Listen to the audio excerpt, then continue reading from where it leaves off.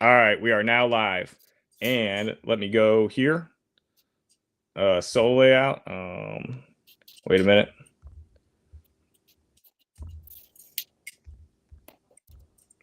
Welcome everybody. I'm going to get this going here in a second. We have Dave joining us as usual.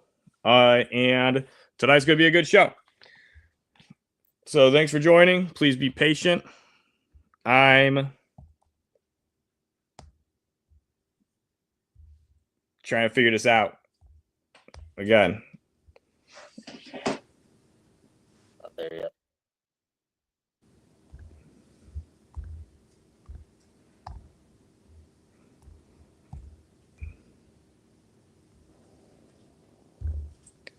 All right. Anyway, Dave's still trying to figure stuff out. First things first, we're going to talk about USARC. Please support USARC. As you know, they do an amazing job fighting for your and my rights to own and keep the reptiles and amphibians we hold near and dear.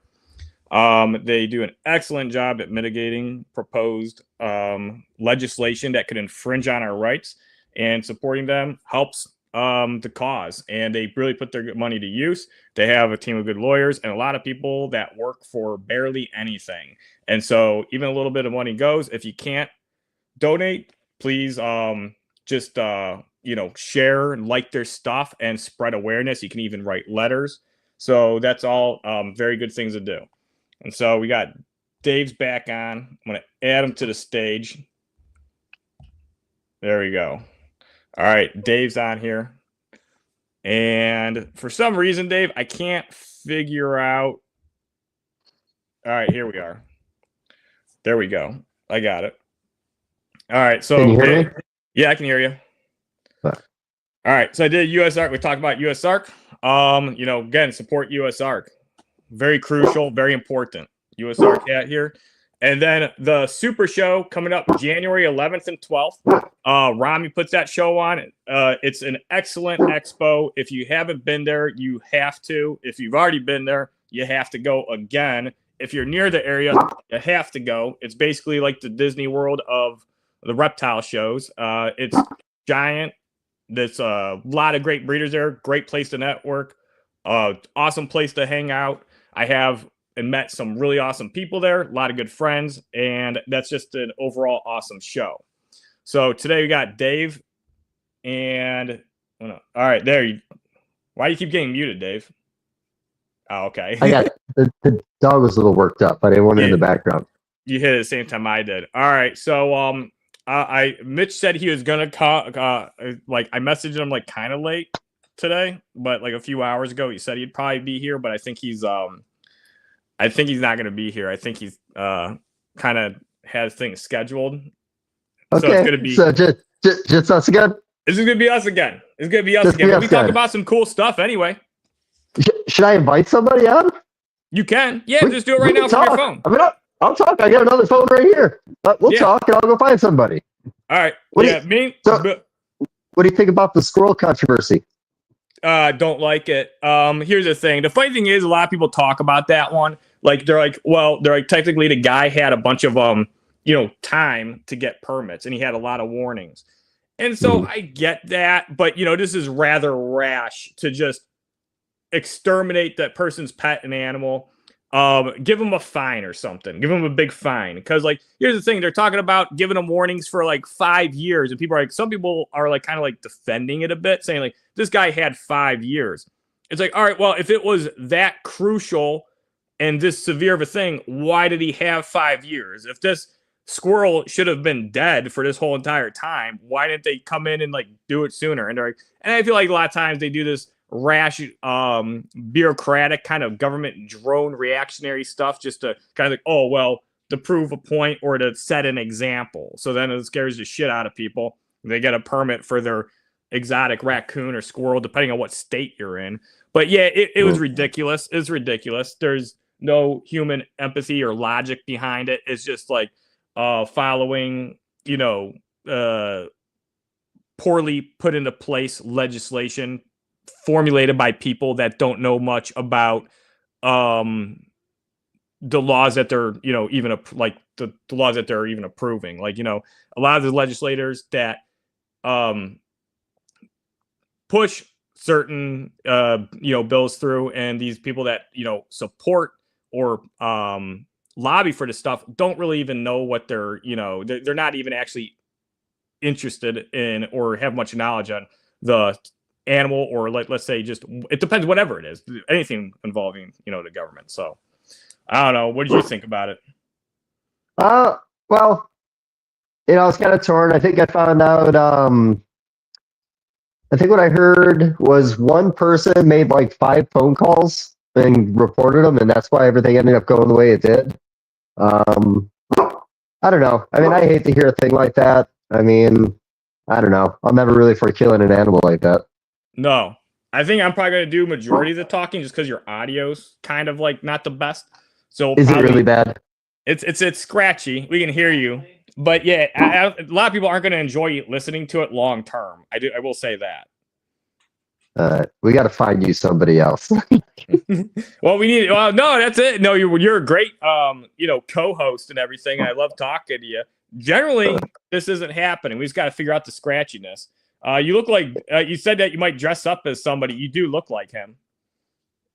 Well, I didn't really go for that. But you think it's glasses? I like his glasses. It's the glasses and the beard. Yeah, you kind of look like Jake Paul. Yeah. Well, I wish you would have done the Tyson tattoo. We had all day. You had all day. Yeah, I don't know.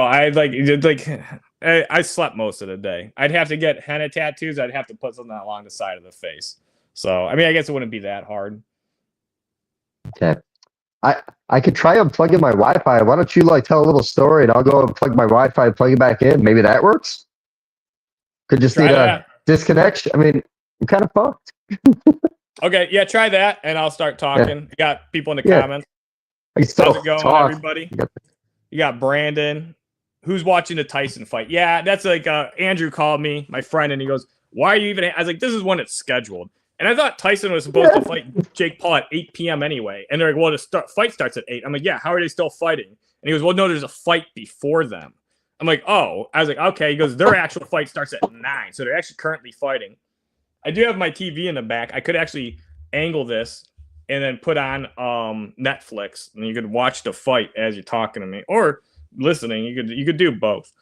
I think the one thing is I looked at what was the AI. I seen the stats and who's most likely going to win the fight, and actually Jake Paul was favored. But I'm like, well, since he's favored to win, isn't that mean more likely he's going to probably lose? I feel like some of this stuff is like, I mean, obviously stuff before the fight is staged. I'm not sure if the actual fight is staged. I don't think I don't think it is. Still 2 fights to go until the Tyson fight. Okay, so Brandon's saying there's still 2 fights. So I guess they're probably running. It's probably like baseball.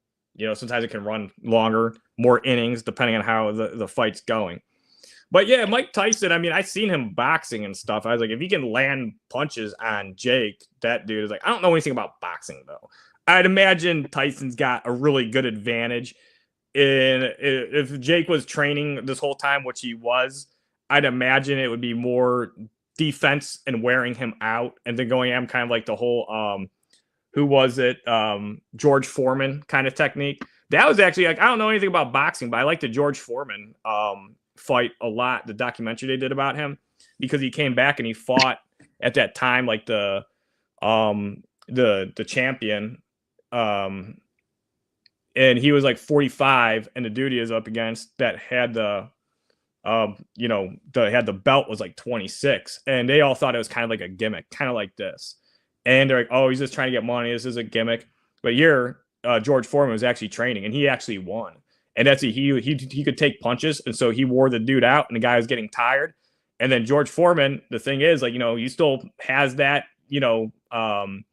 fight in him, and he's still like, even if you like, and he was training. I mean, even if you're old, like, I don't know. It's like you guys like, I don't like really like arm wrestling at all, but there's one guy I follow, and he's pretty funny. His name's Devin Lorette, and he still competes in arm wrestling, and he beats like most people. The dude's 49. Now that's a little different. You're kind of just like using your arm and hanging your body, which I never do that. You're allowed to do that, but I guess you can. But anyway, that whole entire I I don't know, sport, I guess, is pretty funny and interesting that it even exists. But yeah, but anyway, I'll be interested to hear how it goes. Off topic, Keenan Park says, but do you think we will see any new leopard gecko morphs in the coming years? Yeah, hey Keenan, thanks for joining. Yeah, I would say, you know, as far as leopard gecko morphs, there's the satin. The satin looks like it's like recessive. And Dave looks frozen. Dave, are you here? Can you hear me? Let me see if Dave's got he's not on mute. How is it now? Is it any better? It's similar. Not great. Not great. Yeah, fuck. I'm screwed. It's not too bad. We can deal with it. So he asked about Keenan Parker asked if there's any new leopard gecko morphs. There's a satin, and it's a basically like leopard geckos have tubercles, you know, scale formations, and this is basically a tuberculous leopard gecko. So it's kind of like a scaleless. And they've been around for a while.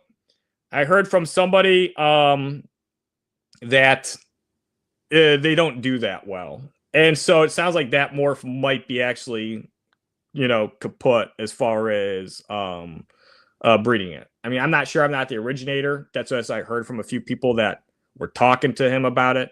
I haven't got any updated information. I know he has had the project for a long time. You know, I've seen like other like partially scaleless animals do pretty well. They're saying the leopard gecko one doesn't grow really well, and so it might not be ethical to breed it.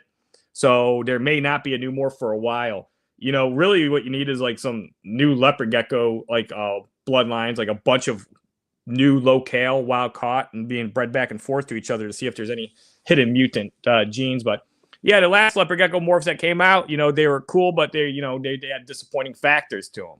You had lemon frost, they got the tumors, you know, cancerous tumors that they developed through age, and as actually part of the gene mutation made them apt to produce these tumors.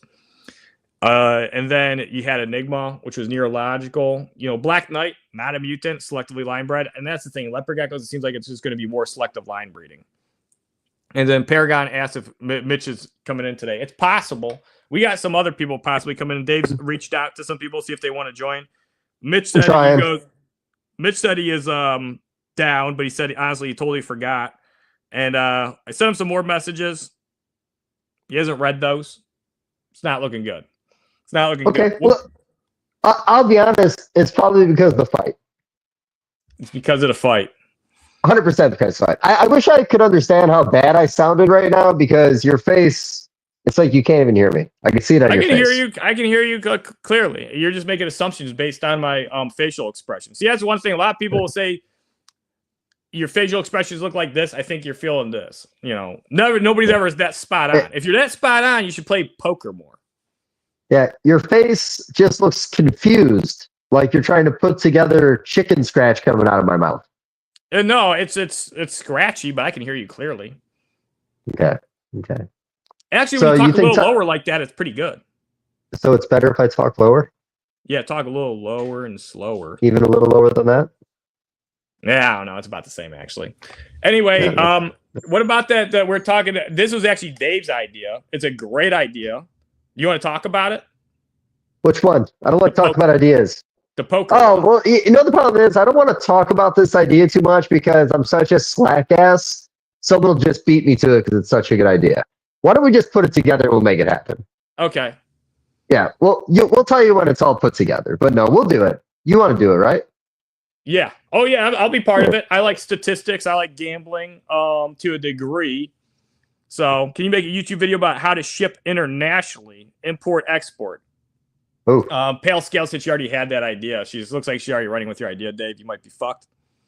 Which one? The poker one that we can't talk about. Well, her guess would be different than my guess. Yeah. Okay. International shipping. You know, the thing is with international shipping, it's really just having a broker that can help you export. And you're just packing the animals in preferably a better, more well-insulated box, and then you're preparing them for just a few more days of shipping. And I'm a lot of times using more gel packs or cryo packs, and sometimes I'm using 60 or 72-hour heat packs, depending on where it's going. And the thing is, you could ship from like a pretty cold environment to a warm environment, or from warm or hot to cool, using a heat pack, so long as you use a lot of gel packs and you ship late in the day. So I could make that video. I feel like you know, it'd be an okay one, but some people would be like, well, how do you export? You need like an export license. And you do. And the funny thing is, you know, I feel like the need for an export license is actually less and less anymore, because there's so many people that export regularly and they piggyback. So they get a bunch of people that have separate orders from other people and they put them all together and then they go out. And so they save money. So like there's a couple of years where I barely used my export license, but I was exporting all the time. So I tell people that too. Like they want to get into reptile breeding. They want to breed, let's say, high-end hognose morphs, since that's what I specialize in. That's something I get requested in. And they're like, well, how do I ship internationally? And I'm like, I really wouldn't worry about it. It's like, you know, and I'm like, this is like straight good advice. It's like, if you produce really cool hognose morphs, advertise them out there, put them out on Facebook, make your cool combinations. The people from overseas will find you and they'll come. It's like, I don't message these guys and say, hey, do you want to buy hognose from me? They find me. And then they ask about exporting. I do have the ability to export, and it's a pain in the ass to export to like Hong Kong because you need health certificates. But you could also use like a service like there's Armin from Herp Time. He offers brokering services. It's expensive though to ship. And then Steve Sykes does too. But anyway, you know, most of the time those guys already would have it. Like there's times where I did like 14, 16 exports in a year, and only 2 times I actually used my license, because other people would be like, well, I'm getting an order from so-and-so, just ship it to them, and they're all going together, and they're all being exported out. And it's nice. And see, you got Dutch Dragon Imports. It's like, you know, I'll tell you what, exporting when it comes to health certificates is a pain in the ass, because you have to have the vet inspection and stuff. So, and go ahead. Oh, well, I was going to say, a lot of times when these buyers find you, they already have somebody who's going to middleman everything. You just have to get the animals where they need to be. They do. Because I'll tell you what, here's the thing you don't want to deal with is people messaging you, which I get them. And they're like, I want to buy your snakes. I'm from so-and-so. How do you, can you ship them to me? It's like, if that's the question, it's like, okay. And sometimes I tell those people, it's very rare though, because I'm like, well, you need to have a broker. You need to have an import license. You can't just say, it's not like receiving a FedEx shipment. They have to do stuff on their end before they can even get stuff on our end. So that's the problem there. You know, so they already have to be, and then, or a lot of times they go to somebody's end that is bringing an export with a lot of stuff.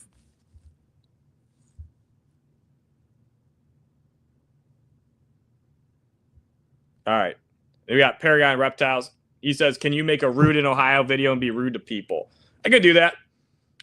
Usually, if you want to be in my, like, if anybody wants to jump into the Discord, yeah, sometimes I change my name to Rude in Ohio. So then I think that softens the blow when I put things bluntly and rudely. Because sometimes there'll be people in there, like, talking about polygenics, and they'll be arguing and bickering. And I'm like, and sometimes it's not that it's like irritating. I'm just like, sometimes they're like, not all the information is exactly correct that they're saying, or I don't really agree with it from my experience. And I'll be like, I'm like, this fucking stuff is like, and then it's like, and I've seen these same bickering arguments a few times. So, you know, and most of the time I change my name to Rude in Ohio in the Discord is when I just want to fuck around and just start saying like inflammatory stuff. And yeah, can you guys stream the fight on the TV behind you? Actually, I could. I don't. Yeah, you should. Can we do that though? Is that going to shut down? There's rules against that. It's just show. I mean, it's on an angle. Yeah. We could try. We might get booted off of YouTube. It's on. I have a TV right here. I'll just put my Netflix on. Okay, that's fine. How many people are watching right now? Us? Yeah, like how many people are gonna? No one's gonna notice, right? Not many. We're like we don't have as many as usual. I didn't like put out the. I mean, it's on my stories, the link and stuff. Usually I do it. Like today, I was like sleeping a lot. I didn't feel good today. How is it? I wish Crystal was in here. She knows. Maybe. Crystal? I already know she's not in here. She'll be back. She'll be back. Okay. Okay. All right, where the hell is that? All right, we'll get it. Oh. I got Phoenix Expo coming up. Okay, tell me more about the Phoenix Expo. And have you've done some herping trips when you're down there for those, right? Nope. No, Nope. I might maybe this time. Pale No. Scales is gonna be there. No. No what? I think it's too late in the year. I think the season's over. Yeah, I don't know. Even in November, it's like I was there last November and the temperatures were good, dude. It was like 70s during the day and like 55 and like 65 at night. I think it's like in the 60s at night. Oh, and it was actually like, well, that was in April. Sorry. I did go there in November. Now I'm trying to think November. November was actually good though. I did try herping when I was there in November. That's when Crystal still lived there. And I went and we stayed at her house at the time.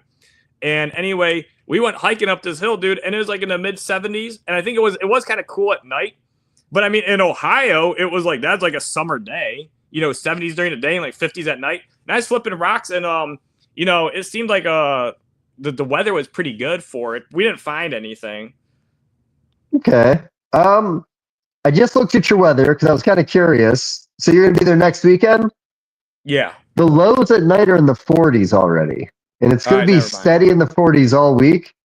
All right. I feel those animals get real turned off like by a little bit of cold. I think it's highs are 70. She said the croats are sleeping, the crotalis. Yeah, I think it's a miss. But it's going to be nice on Saturday. Actually, the nicest days of the weekend this weekend. 79, 80, 78. So that's nice. Somebody's asking Lucid Arboreals. One question. Is Dave on a computer, phone, or iPad? It's a telephone. It's a phone. What are you holding in your hand? An old phone that's hooked up to the Wi-Fi so I can still like message people and stuff. I do that too. Yeah. I could try jumping. I could try jumping out and back in again. See what happens. Tried it like 5 times. I know, but I turned the Wi-Fi off since then. Yeah, if your house is 1 room, technically it's 3. I have a bathroom, and then there's a back room.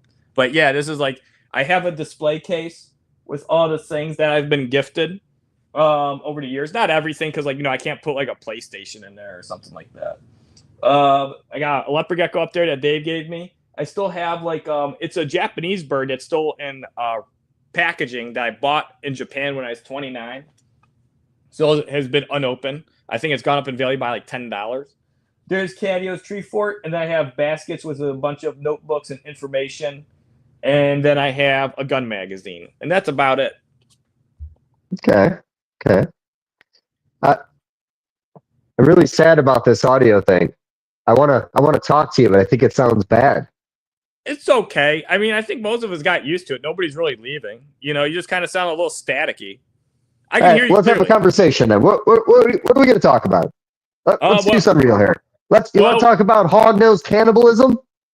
Yeah, you know what? A lot of people dude, I deleted that video just because I kept getting so many messages. That was a really nice male. I'm not going to talk about who he is because he is very important for my projects, and some people like that he probably died, but so probably nobody here, but I don't want word getting out. So anyway, he was yeah, I really love that dude, and I really needed him for more projects. But I sat around with him for like 2 hours, hoping he'd come back to life. I actually tried to perform snake CPR on him, but as soon as I felt his heart and I felt like his heart in his chest, I'm like, oh, I probably missed him by like 10, 15 minutes. But that's the first time, and you gotta remember, I've paired hundreds and hundreds of hognose. Actually, if you combine the amount of times I've paired, because I'm reintroducing males sometimes, I've paired thousands and thousands of times. So it is still a pretty rare occurrence. So I tell people, to settle down. I was like, imagine if it was like somehow a good thing, your female ate your male. I'm like, everybody be bitching that it never happens. But anyway, it happens a couple times here and there. And there is ways to mitigate it. And I do have a video and I haven't posted it. I might want to edit and add some stuff to it though. How to get your females to make sure that they don't eat your male. And now some people, the first thing they're probably going to think is like, well, how come your female ate the male if you know how to avoid this? Well, I have a lot of hognose snakes. This one I did misjudge a little bit, because I will say, because he was physically locked with her. That means hemipene inside her. They were copulating when she ate him. I've only seen that 2 other times before in my whole life where a female is trying to eat a male while he is locked up. and it's rare. So that's like very, very rare. I've only seen it 2 other times, and I happened to be there and I stopped it. This time, I was probably about 10 15 minutes too late. Again, still a really rare occurrence. There's 2 things you can do. You can pair really early in the season. Actually, there's 3 things. You can pair really early in the season when they're still kind of cool and they're right out of brumation and their metabolic rate's a little lower and they're not as hungry. It's not a guarantee, but that's going to very limit this possibility, like extremely. Another one is like when they're active like her. Now she was fed 2 days ago, but it was kind of like a smaller meal. And I'm like, that's one thing I was kind of pissed about. I'm like, yeah, I should have fed her up more before introducing him, even though she ate 2 days ago. Anyhow, I should have just loaded her up on food. Loading them up on food. Now, loading up your female. Don't load up your male. Make sure your male has a empty digestive tract or stomach at least, because they're more prone to regurgitate because they get like really frisky with the females and they start rhythmically going all over the female and chasing her, trying to court. Now, females can regurgitate too if you give them pair them on a full stomach, but it's pretty rare. It's only when the females are really flipping out because the thing is, snakes are supposed to be like kind of more motionless and resting the majority of the time when they have a meal in their stomach. They're not supposed to be flying around and like getting worked up. So if your female's getting really worked up and it's just not stopping, like after like 20 minutes and she's still just like really frantic, probably not receptive anyway. Try again later. And that's if they're on a full stomach because they, could possibly regurgitate. So anyway, this female, if she was on more of a full stomach, would have helped. Now, there's misconceptions and information that's just what I call false logic. I'm not trying to sound rude for the people that say these things, but they're like having bigger males makes it less likely to happen. Have you ever seen a female hognose try to chew on your hand or arm? They don't care about the size of the organism, only that they made up their mind that, hey, this is food. And the one thing is prey struggles. So the more the prey struggles, the more they, actually try to devour it a lot of times. Not always. It depends. If they're on the fence, sometimes they'll release. But anyhow, that male was pretty big. He wasn't a monster, but he is a stocky, thick dude. He is probably about 85 grams. So he's not a monster. He may have been 90. I say he's 85. But the female wasn't big either. That female he was on was like 160 grams. And that's the thing. That's why he is hanging out of her mouth. She was unable to even swallow him. And, I've seen, giant males. It's rare, but, again, like they will get eaten if the female tries. Now, the small male is a little easier to go down. That's about it. But it's not going to persuade them from trying to eat them. It's possible a bigger male, can put up more of a fight and has a little higher chance of getting away. It depends on how the female grabs them, though. So anyway, I had a dream about that too. That a male is getting eaten. I forgot about that dream. It's pretty real. Like I'm one of those idiots that believe my dreams until I wake up. Like I'm like, oh, this is reality, and then I wake up and I'm like, thank God it's not, because usually they're very weird. Yeah, I do this one thing where if I pass out really quick, my hand shoots up in the air because I played hockey for years and I'm always making a glove save. And I'm always really sad when I wake up after a good fishing dream. Oh, yeah. You put your hand down? Just shoots up in the air. Just like right up in the air. Because I'll be imagining myself making a save and my arm just shoots in the air. I gotcha. So it's like a reflex. Oh, no. The third thing is just sit there and watch them breed or check like every 5-10 minutes. Do that. So that's the number one. But anyway, it is pretty rare. But Dave, did you go fishing today? No, I did not go fishing today. I worked all day. Oh, you worked all day? Yeah. Yeah. I might go tomorrow. I think I'm going to go tomorrow. Yeah.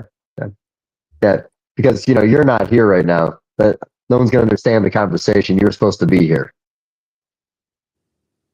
Yeah, I know. You can't hear me, can you? I can hear you. I'm supposed to be there this weekend with Dave. But due to the traumatic events, being behind on work and a lot of other stressors, I was like, probably would be a good time if I came out right now anyway. So Dave's like, yeah, just focus on getting your stuff done. And I still have a lot of shit to do. But the cool news is we have more times to still go fishing. So we're going to try after Thanksgiving. And I think I have a pretty big opening then. And we're going to go for trout. Yeah, no, we'll get back to it. Okay, so be real with me. You can hear me, but at least when I ask these questions, right? Yeah, I can hear everything you're saying. The last time you I think you're self-conscious about it. And then like I was like looking away and it didn't look like I was paying attention. But I'm like I'm self-reflecting in the middle of a conversation and stuff. I'm doing a lot of that lately. Your body language is killing me. It's killing me. So here's a question. I'm just not in a good mood. So it's kind of like that's what it is. Like well, I'm probably behaving weird too. Look, I'm looking all over the place when I'm talking to you. All right, fair. All right. How about this? I had a conversation today. So every once in a while, boa constrictors will have a soft gray stool. Okay. And in the rare occasion you're traveling with them, maybe in a display or in a deli cup, they'll do like 1,000 laps, cover the entire inside of the cup in this like greasy, oily poo. They'll cover their face, their eyes, nose, and a lot of times they'll die, like asphyxiation. What? Whatever. Well, literally, it happened to me traveling one time where I had this soft gray poo. The reason I bring it up is a buddy of mine had a soft gray poo with his boa, and we were talking about what to do about it. That conversation also brought up an old school method I want to know if you know about. When you brought the imported iguanas in, you would put a little bit of adult iguana shit in the food and mix it in a little bit. Something about a bio deal or get in their system to adjust. You ever heard of anything like that? Yeah, I think, pale scales is here. Monkey tail skinks, I believe, do that. And green iguanas, the babies, eat the mom's shit. And actually, roaches do it too, and they call it frass with roaches. I don't know what they call it with iguanas. But yeah, it helps their microbiome. And actually, I mean, like fecal transplants in humans, this is essentially the same thing.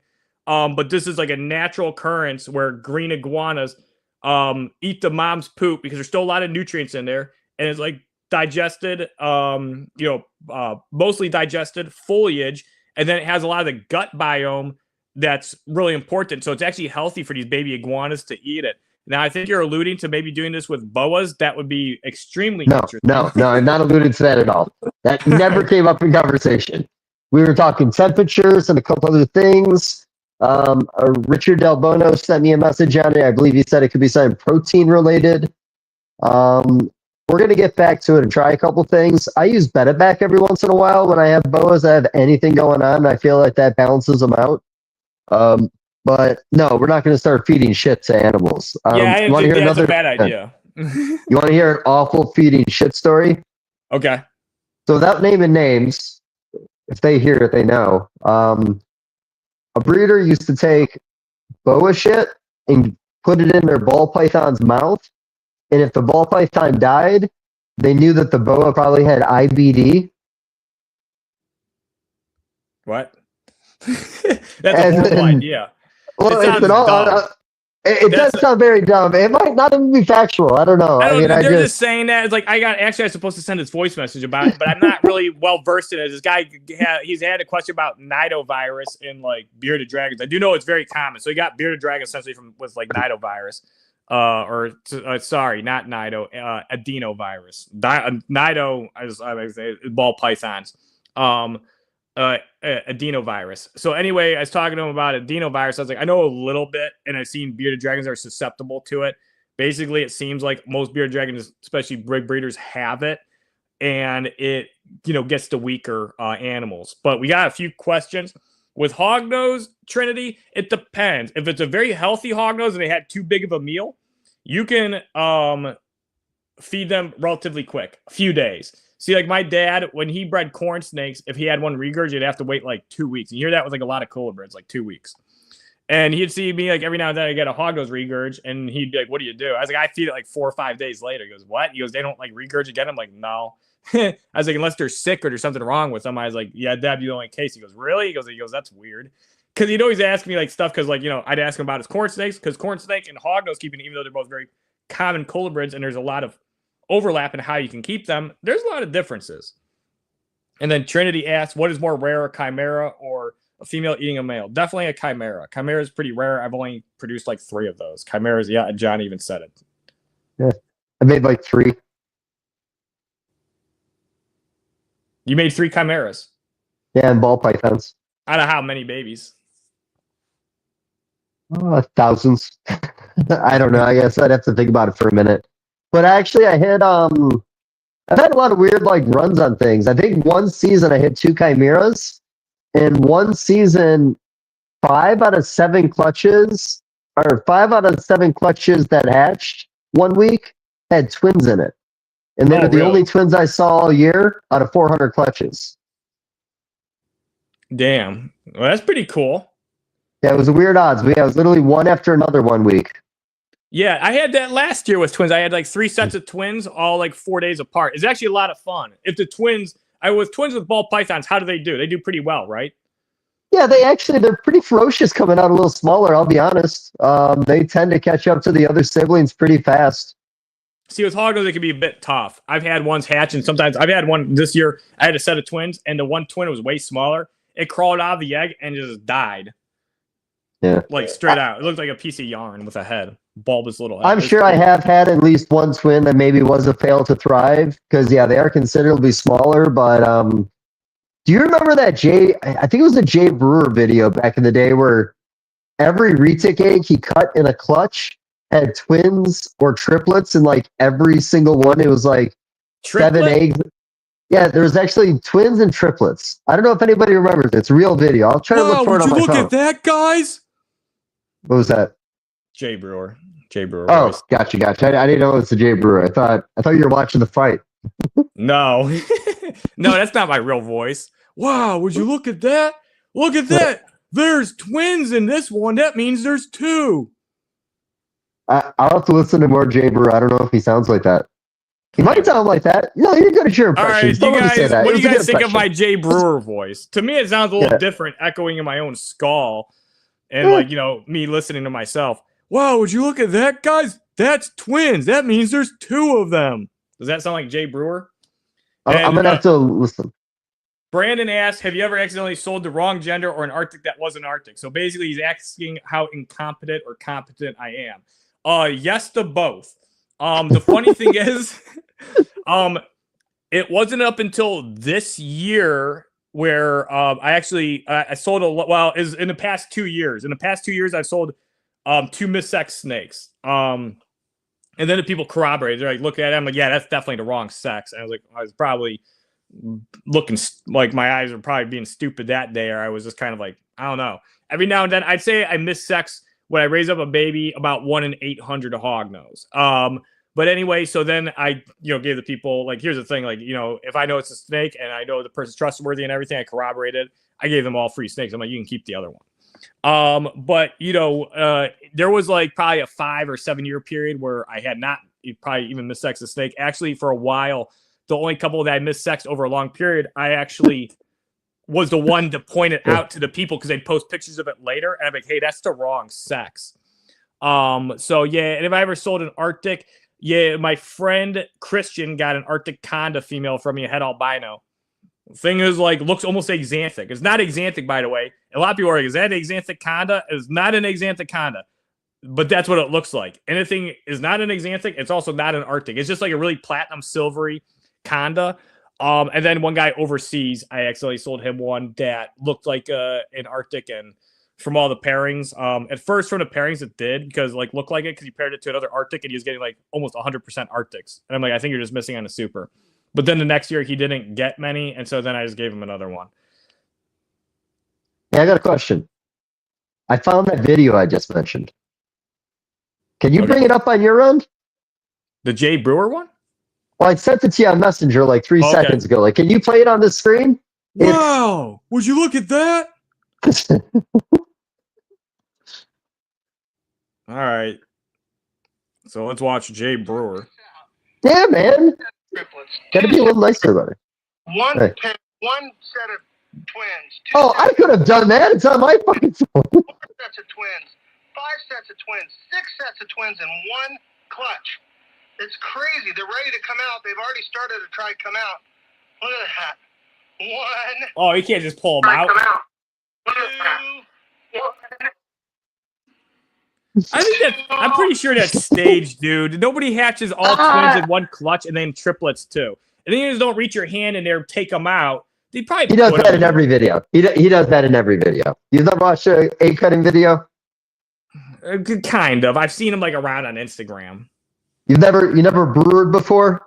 No, I haven't. I've seen him on Instagram. Stop I guess with asking. Hognose, you just kind of squeeze them out, right? Oh, you mean about fucking messing with them? Yeah, I'll tear eggs if I do anything. I won't cut them. I just pull them apart, and you don't really mess with that vascular system in the that's connecting to the the inside of the egg. And anyway, and I never pushed one out of an egg. I did. That's a lie. I did when I was like a kid, and the thing is, it survived. And it had issues with its first shed, and I had to like basically get it to recover. And it did 100%. And at the time, I was 15, and I remember I hatched like 40 or 50 hognoses from this red face clutch, and it was taking longer to hatch. That's why I did it. And anyway, it was just like a little behind the other ones. And after that, I never did it again because I felt the snake like almost died. I felt like because it was like had a hard time with shed. It was like really like wrinkled up then because it's like it wasn't able to shed properly. And so yeah, it's a terrible idea. Don't push your snakes out of the eggs. You can possibly pip them for them or anything like that. Just don't go squeezing them. It's like if they have an opening and they've pipped either or, they should be able to come out of their egg. You don't need to assist them. You talked for so long, I forgot what I was going to say. That's only like a minute. Oh, it was so long, man. I think I didn't tune out, but man, that was... I don't know if I had another topic or a comment on the whole thing, but so you think that's a staged video is what you're saying? That's a staged video. You don't hatch like, okay, Dave, I got one for you. Well, no. Before you say that, in human beings, people are genetically higher risk to have twins or triplets based on genetics. So if there was something about that female's genetics that gave her a higher chance of producing twins or triplets, you get twins or triplets. Yeah, sure. And it only happens to Jay Brewer when he needs to make a viral video. That's the only time it happens. It's just a coincidence it needed to happen to Jay Brewer with a viral video. Well, he's the only guy that films. And that was 17 years ago. Did you see that? Yeah, he's trying to become viral. Yeah, and his voice was different. I could tell because my impersonation of him now isn't the same. Yeah, that got 4.2 million views. Oh, really? Yeah. Oh, really? 17 years, though. 17 years. Is Mitch joining tonight? It doesn't seem likely. It doesn't seem that likely. Yeah, I'm going to assume no, and you should probably stop checking. Yeah, he hasn't read my last message. Yeah, he said he didn't really. He said he forgot it was today. Dave says he's watching the fight, so that's what it probably sounds like. But everybody's watching the fight. He's here in spirit. Yeah, no. Well, why don't we try to continue conversation, buddy? What have you ever watched the videos of the Tegu breeders that they scratch the egg and the baby just pops out? I've heard that with certain lizards, even like crested geckos. Like if you rub the egg, like I've done it with like Hognose eggs in front of like Crystal. I was like showing her some big ones, and I'd like kind of rub them, and she goes, "You're gonna make it hatch early." I was like, "That doesn't work for snakes." I'm like, "That doesn't happen." I was like, "They're not gonna pop out." So is that like a nature thing when the other babies maybe start climbing over top of the other eggs, they just instinctually pop out? Yeah, I guess so. That makes sense. Great conversation. Well, last time I talked too long. This time I didn't talk long enough. Oh, shut the fuck up. I didn't mean it like that. I was joking. Yeah, well, but that's the thing. This time I had a short answer. Sometimes my answers are like, sometimes I have a lot of comment. But yeah, that makes sense. I'm like, I think that, but you ever see those monitors, dude, that lay eggs?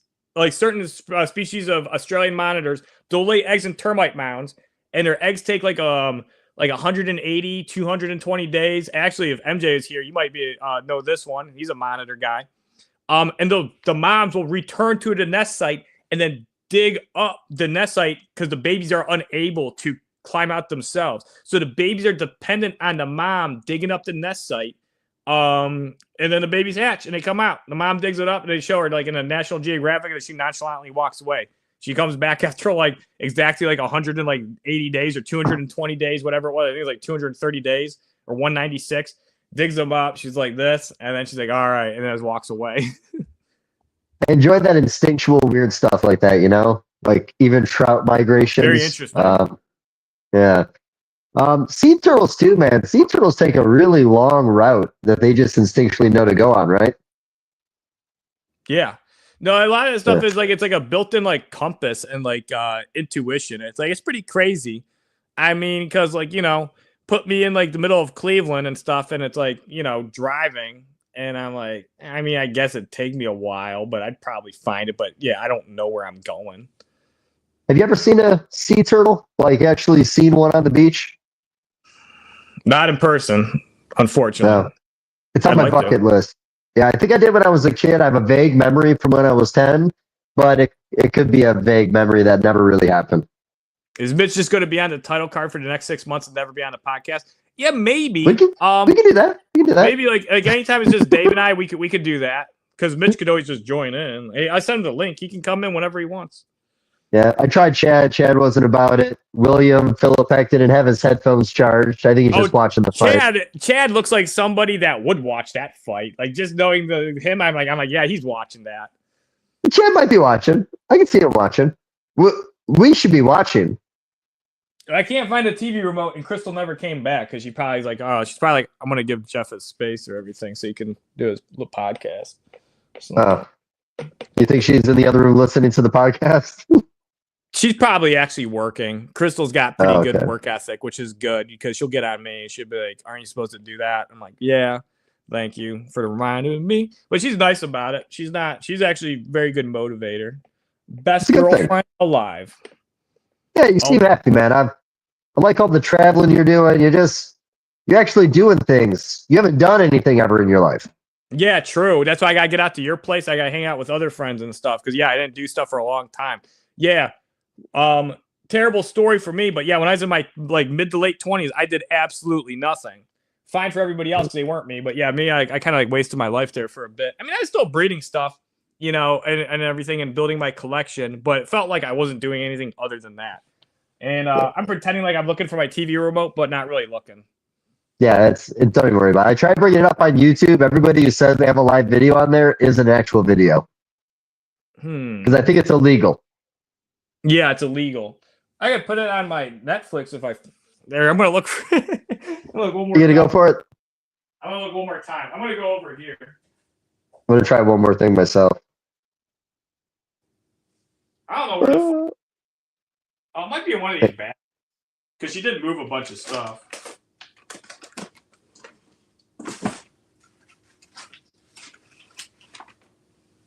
Got the Catio plushie.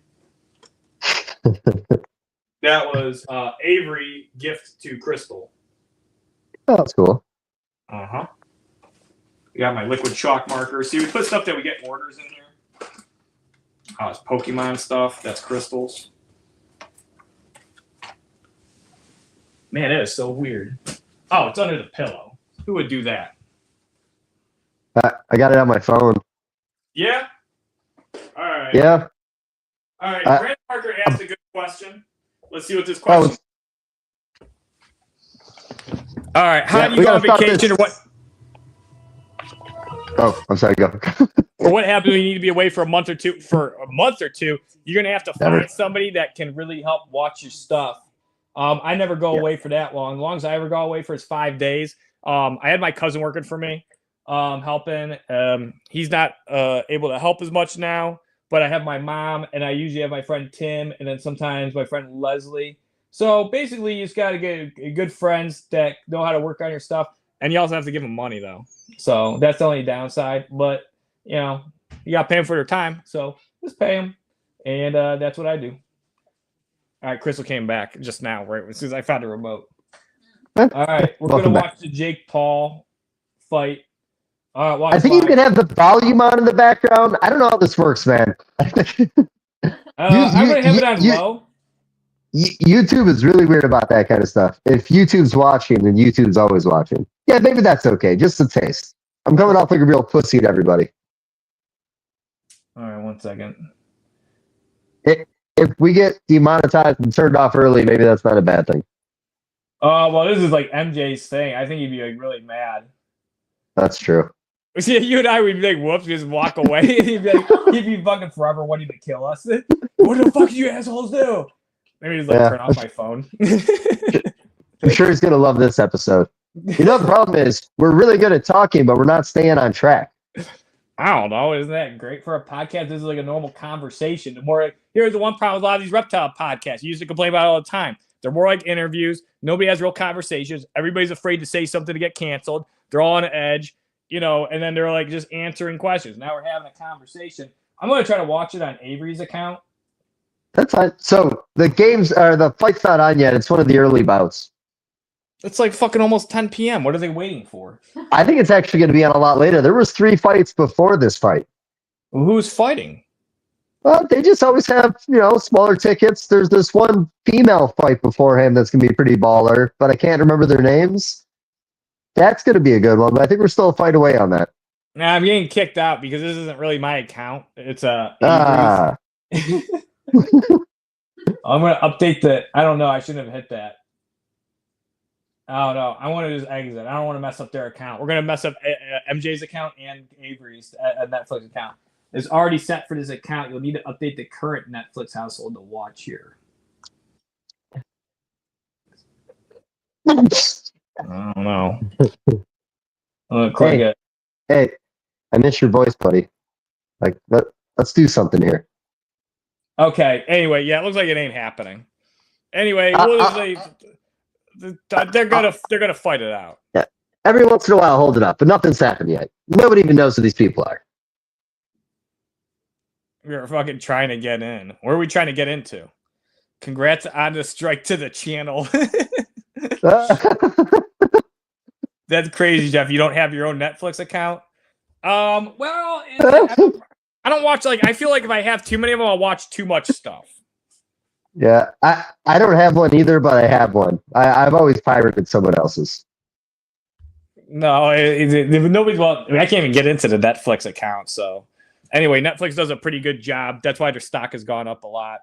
They prevent people from sharing, so they've made a bunch of money.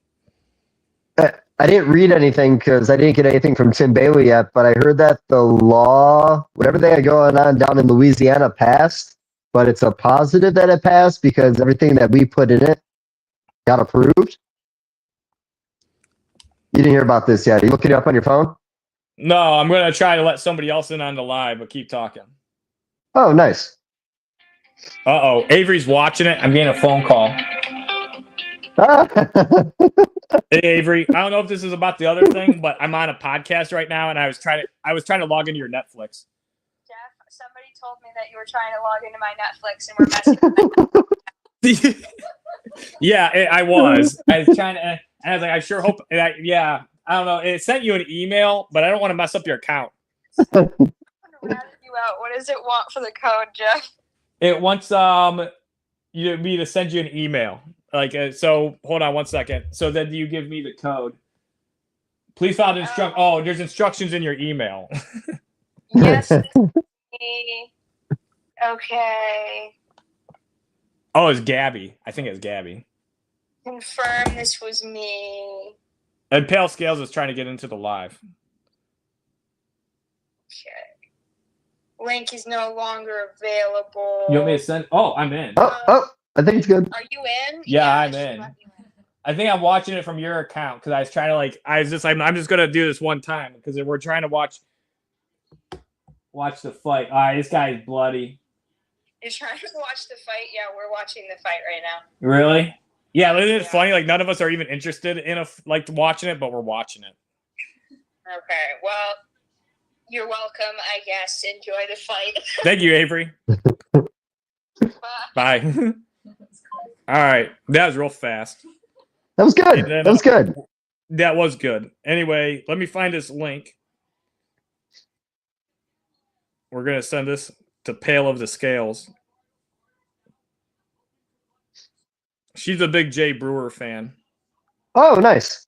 No, she'll hate me for saying that. That's a joke. I have to hurry up and tell you that's a joke.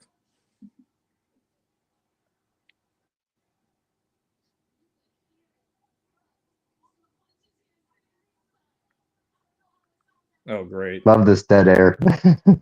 Not dead air. You gotta be watching me, and I don't know. It's okay. Yeah, a couple of people left. We're dead. That's fine. We can finish it up. We'll keep going. Well, all right. Are you trying to bring somebody into the conversation right now? What are you doing? Yeah. Well, we'll see. I sent the link to Pale Scales. She might be able to join if she is. Cool. Pale Scales, you should also put it in your stories that there's a live going on, especially if you're coming. No, you don't want people to know about this. Why? I don't know. I don't think we've said anything in 55 minutes. We've said a lot of stuff. I think, yeah, I don't know. You're very Paranoid?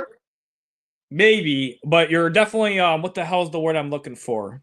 You're definitely very pessimistic about this podcast. I think it's because of the crackling and everything that's with your audio, that's like put you in this state of paranoia that everything's going bad. It's like, it's fine. We're just talking. It's a good one. MJ hit me up and very bluntly said it sounds like shit. My last podcast, so I'm a little paranoid now. I want it to be decent. This is the worst one yet as far as your audio. So it's kind of funny though, because like it's not, well, MJ takes this seriously because he does do a good job. Well, yeah, and so I can only imagine him because like he's got all this set up really good. He's like, and he's gonna be listening to this after he like is like, man, can you do something about your audio? And it's like even worse now. And then we're just talking about getting strikes on his account. He's gonna be like, he goes, you guys are fucking clowns. Yeah, well, there's some truth there, and yeah. The audio is deep fried. That's what Reps in Texas said. That's fried? the best way to describe it. Yeah, it's deep fried. It's like a deep fried like meme. You know how they deep fry a meme? We're memes right now. We don't even have our guest on. We're talking about a fight. We're talking about the dude that set this up for us, fucking getting strikes again his account. We're talking about fucking things being staged. You're talking about how we're talking about nothing. Well, we are talking about nothing. I don't mind nothing. All right, Pale Scales is in. We're adding her to the stage. Hey, what's up with the background, by the way? What background, mine? Well, usually there's the podcast, artwork, and stuff in the background. I'm on. I got in. Yes. Welcome, Danielle. This is Pale Scales. Guys. The very good reptile keeper husbandry is like 100% immaculate. Realistic setups makes everything I do look like shit. So yeah, and she'll be at the Phoenix Expo with Crystal and I next weekend. David's coming too. D&B Exotics. So Phoenix is always a good time. It's one of those community shows where there's a lot of people that and like come out to it. And the cool thing is it's not a very big expo either, so it's not overwhelming. And Danielle, how long have you been going to the Phoenix Expo? Only like the past 2 years. Oh, really? Yeah, I never go to the expos because I don't have a lot of self-control, so. Yeah. Okay. Yeah, because last time you picked up a leucistic Colombian rainbow boa named Chromio. Yeah, I got Luigi's from you and then randomly left for 10 seconds and then came back with Chromio. Nice. And so, go ahead, Dave. Oh, blue eye or black eye? He's heterochromia, so that's why Jeff named him Chromio. So he's a blue and a black eye. Cool. Yeah. That was my next question. I didn't pick up on the name. Yeah. Yeah, I had some heterochromia skull face hatched this season. People really like those. The heterochromia snakes are very popular. I didn't know there was a heterochromia in Hognose. There is.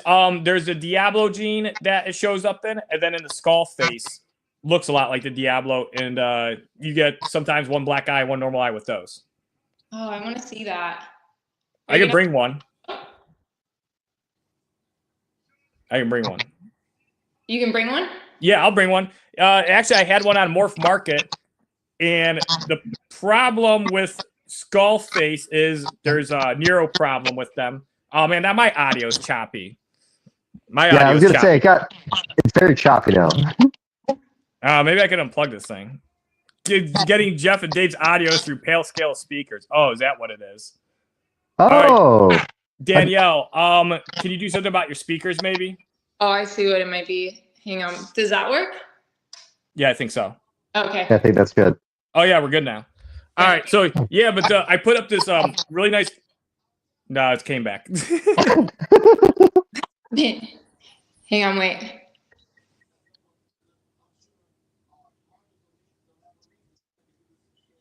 All right. Do you have headphones?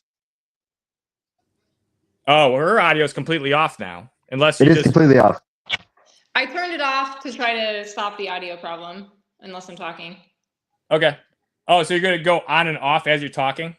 Yeah, I'm innovative. All right. Okay, that'll kind of work. It'll be interesting.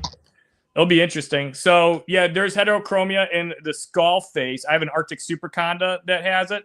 and I put it on Morph Market, and I put in the description how they have neuro problems, and I'm not sure if I'm even going to continue the project because, you know, they're not as bad as a spider ball python, but I do have some that kind of loop around a little bit when they get like, excited. So when I bought into this project, like when I seen it, I'm like, oh, this is a new dominant trait right from the get-go. I was like, this is really cool.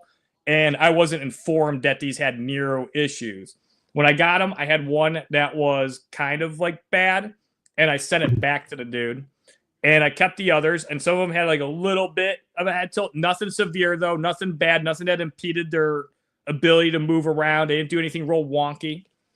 And I bred them, and now the babies, I'm definitely seeing it in them. I'm like, yeah, this is going to be just like spider ball python. You can't remove it.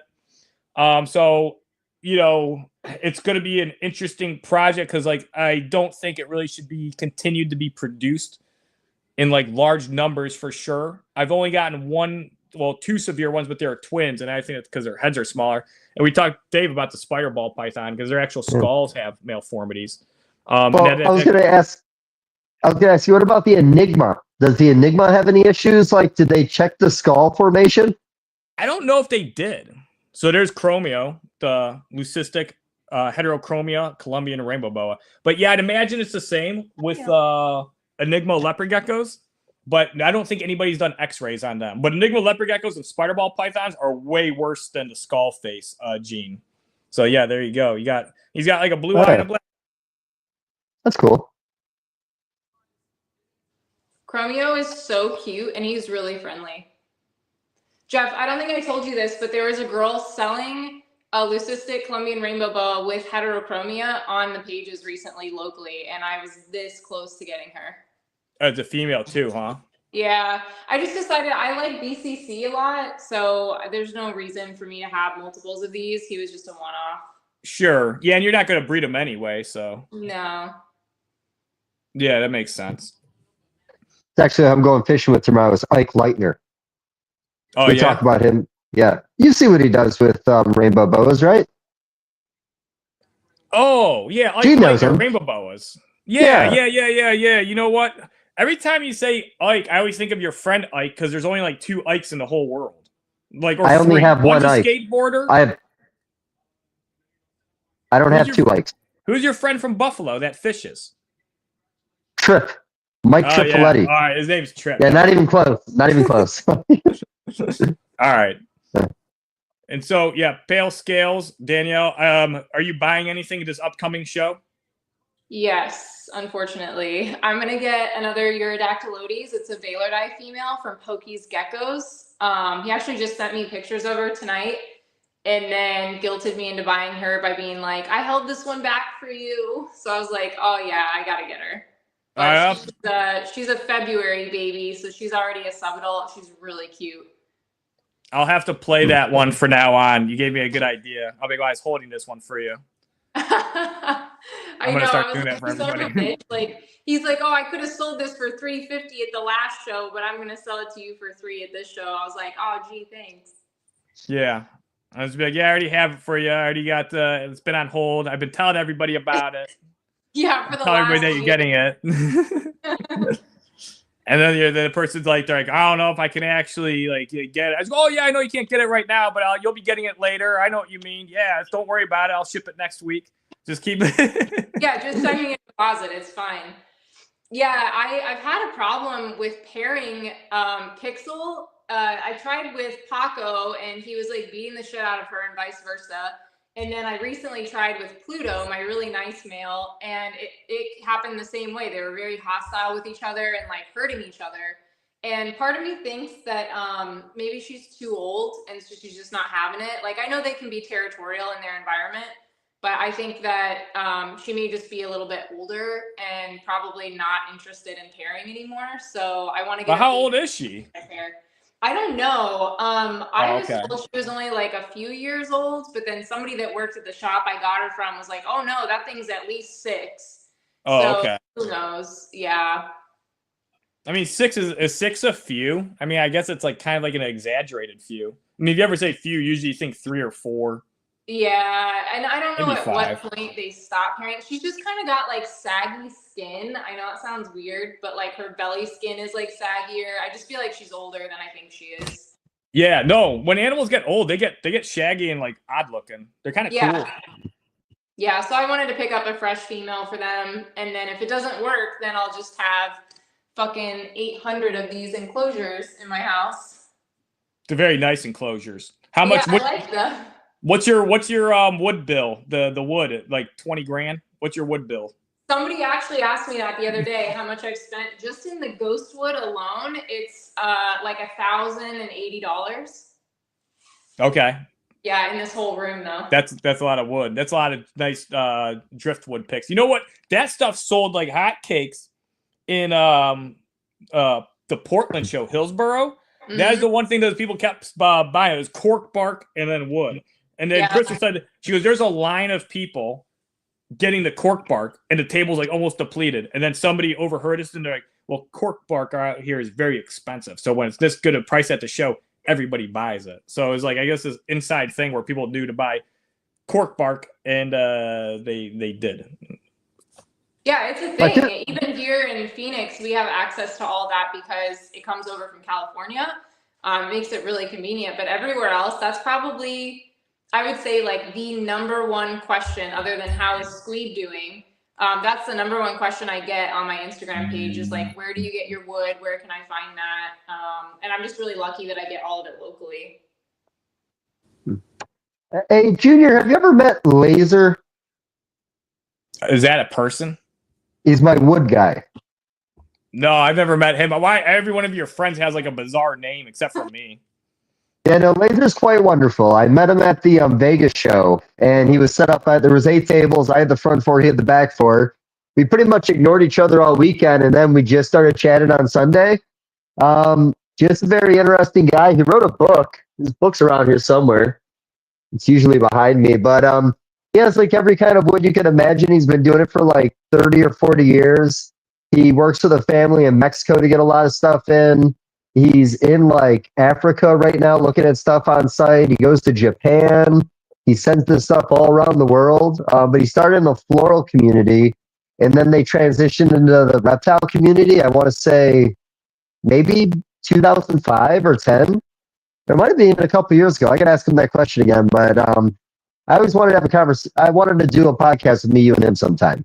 You'd like Laser. Cool. He's a character. This guy's like a wood connoisseur. This guy's like a wood expert. Yeah. He's like a Tiger King kind of character. He's like one of those very one of a kind of guys. Tiger King of wood. How do you even do that? How do you even? I think it's the Tiger King of wood. You'll understand when you meet him. Wood. How do you abuse wood? No, you don't abuse. Well, you sandblast it. You sandblast it. Oh, you sandblast it. Okay. Yeah, that's abuse. That's abuse. When we do a podcast with them, or you could say "would you" all the time. Like, would you? We'll phrase every question like that. You should do that. Would I? Would you? What would? So do you want to do a wood podcast? You do a wood podcast. Some of the nicest wood in the industry. He's got the best selection. He's amazing. That's pretty cool. He might be at the Arizona show. Really? He might be, but there's another guy out that way that he doesn't cross paths with. Like they have their territory and they stay out of each other's ways. So if his partner from Mexico is already at the Phoenix show, he won't do the Phoenix show. It might be his partner. I don't know. All I have to ask is there a guy named Laser here? And that will answer the question very quickly. If anybody knows Laser, they know Laser. Yeah. There's a lot of wood lore. There's like a whole lot of lore here. There's a lot of wood lore there. Well, when I went to Phoenix, there was like a whole section of just wood. And it was like stacked up on the tables high. And one in the low area, it's like, yeah, if you want to select some wood, you got some options at Phoenix. Yeah, I think everybody figured out the commodity of wood because when I started buying some of my bigger pieces like 2 years ago, they were dirt cheap. And now like a single piece goes for like $65. So yeah. I think that's all the bioactive guys. It's just the demand is so high now that everyone jacked their prices up. We got our buddy Eric in Ohio. He's got cork bark that's been in storage for years that he's now pulling out that he bought at old prices. And he's putting like old pieces out for like $350 at Tinley and people are buying them. But they're like 4 feet, 3 feet long. They're pretty nice. So inflation hit cork bark. This guy actually has cork bark reserves, like he holds gold or silver, and he's cashing in. So, you know Eric better than I do. Does gold- that not sound like an Eric thing? Is that not an Eric It thing? does, dude. That is an Eric thing for sure. Like that's a one. That's like for me knowing him, that's like a 120% believable story. Like I don't even think there's any exaggeration there. So the best things to buy and hold were Bitcoin, gold, silver, Nvidia stock, and then cork bark or wood too. You know, ammunition. Bitcoin might still be worth buying right now. A lot of people are saying $100,000 by the end of the year. They say you got to buy it now and sit on it for 10 years. They always say that. It's basically like a fucking Keeps on going up, buddy. Keeps on going back up. I know. Ooh, it's 91. Yeah, I'm not buying it. But anyway, I mean, I've watched it go up and everything. I mean, there's nothing backing it. I don't, but I mean, obviously, with what's gonna happen, I don't know where that picture came from. It's like a picture of like an aerial view of a building. But anyway, yeah, I don't see Bitcoin ever becoming $1 million like a coin. But the thing is, it may be in like 30, 40 years possibly. But they keep saying, you know, everybody keeps trying to convince everybody to buy it, and you hang on to it, and there's less and less of it. And they say they're not going to be making any more Bitcoin. And there's not much more left to mine. I think there's only like 1.5 million more coins to mine. And then once they're all mined, that's it. But they do make more cryptocurrencies. I mean, there are other people, I guess, making them. But yeah, there's other cryptocurrencies. Like you have like Dogecoin, Ethereum, you have Pepe the Frog. So then you have meme coins. But they're really volatile. So the funny thing is, like, they people would always advertise or like, you know, kind of like hype it because like, oh, it's going to be a form of currency. And like, I guess you could say that. But the thing is, if it's really volatile, you're not going to be really wanting to use it as a form of currency. So now they're saying it's more like gold, which gold can be used, you know, right. You can use it as a form of currency, but generally you're hanging on to it. And it's like, you know, a form of, you know, just inflation protected, you know, asset that will go up in value. So, I mean, that's what Bitcoin is, but I do know a couple of people in the industry that got into Bitcoin early, though, when it was in like the hundreds of dollars range. I'm not going to name names, but they built one of my friends bought a house, and the other person built a pretty nice ball python collection. One guy bought a house and the other guy bought ball pythons. Yeah. The woman bought the house. The man bought the ball pythons. Shocking. Well, they actually said when it came to investments, women actually made better investments than men because they weren't as risky, and they ended up making better logical investment choices and then hanging on to it. And then also, I feel like, you know, there's this one guy that was a famous investor, and he said one of his biggest things was he had asked his wife or watch what his wife was buying because, you know, she was like a lot of times women are the household consumers. They go out, they shop for what is the good deals, what's hot, what's, you know, good quality products. And so if you see a pattern there, you can usually follow it. Like Costco's gone up a lot. Costco, I remember when they were saying $500 a share was a lot of money. And I was like, that's too expensive. I just looked at it recently. It's like $900 a share. I mean, you don't always go by the share price. You go at the market cap. Costco stock price. Got 400 billion market cap. $907. And my TV froze, by the way. It's just Jake Paul's massive head. If you keep on, I'm not even gonna say it. Not even gonna say it. I blanked out for a minute there. Was it my screen that went bad? No. I was like, my screen froze. Like on Netflix, I was like, it's just Jake Paul's giant head frozen for the last like 20 minutes. Gotcha. There's a Eurodactylus. I like those a lot. The little chameleon geckos, they're very cute. They're so cute. Look at her. She's not really in the mood. Oh. This is the female that I think is older than I thought she was. Oh. What if I just ate her? Like on camera on the side. Oh. It'd be very Ozzy Osbourne, and I'd be very surprised you do that. Talking about, I know how you feel about animal welfare. And I think MJ would get another hit on his channel. She's getting scared, This could be a 2-strike episode, guys. Yeah, he'll be like, "Why do I have 2 strikes on my account all of a sudden?" Somebody. He'll blame everything on me too. It'll be my fault. Somebody ate a chameleon gecko. I mean, you are kind of the one encouraging me to put on the Tyson fight. I was the one that got this channel in serious trouble with that, but. This guy, do you got any snacks reviews since we're apparently not talking about Hognose tonight? We need to talk. I'll go by my Hognose. I talked about Hognose getting eaten and how to mitigate it. That's like awesome, like information. And then we were talking about reptile market information. And here's the thing: we're networking right now and talking to friends. It's part of a reptile community, which is tied to the Hognose community. Everything is relative. Yeah, I have some snacks for when you come to visit. I have a bag of chips from. Do you remember that mustard from Buffalo I like? That spicy mustard, Weber's? Yeah. Well, they made it into a potato chip. I got a bag for us. What are you doing, bud? It keeps freezing. It What keeps the freezing. fuck is that, Jeff?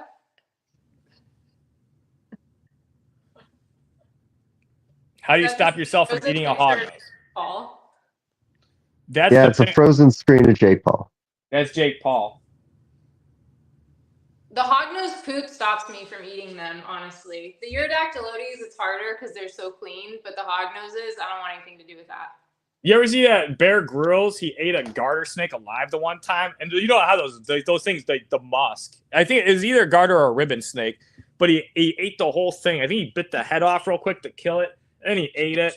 It was insane, and I was like, man, it has to be like one of the fouls. Like their musk is horrid. Like if you get garter snake musk on you, you can wash your hands like the best you can for like 2 minutes straight, and you smell your hands. That musk, like residuals, like kind of soaked in or stained your hands. It's like still there for a few days. It's horrid. Yeah, it's disgusting. I'm staying late at work, taking care of an order, not driving for once. Yeah, Elise, every time she joins a chat, we have a Discord channel too. We have awesome chats there.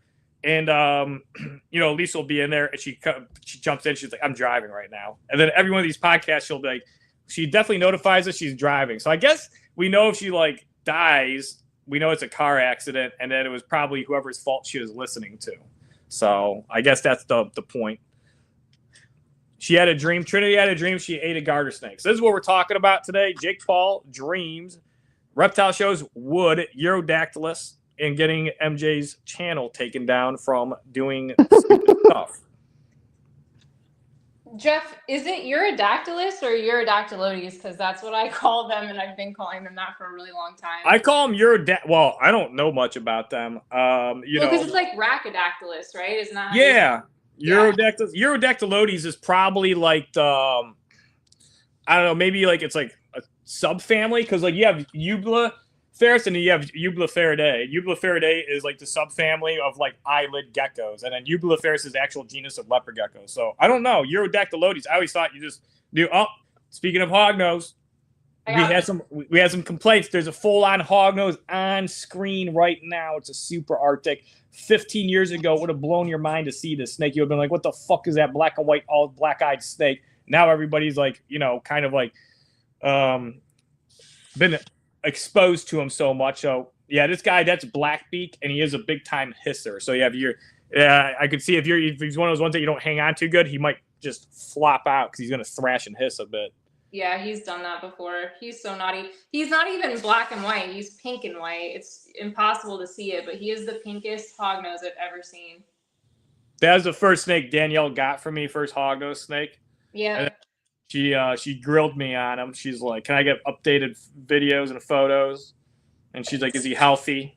I did. Like, why are you selling him? I did. Why is he an adult? There was some question I had about him. I thought he had like chapped lips. Remember, I contacted you. Oh, he's gonna musk me. You're out of here. Get out of here, Beak. Go. You're so mean. Yeah, I don't want to get musked by him.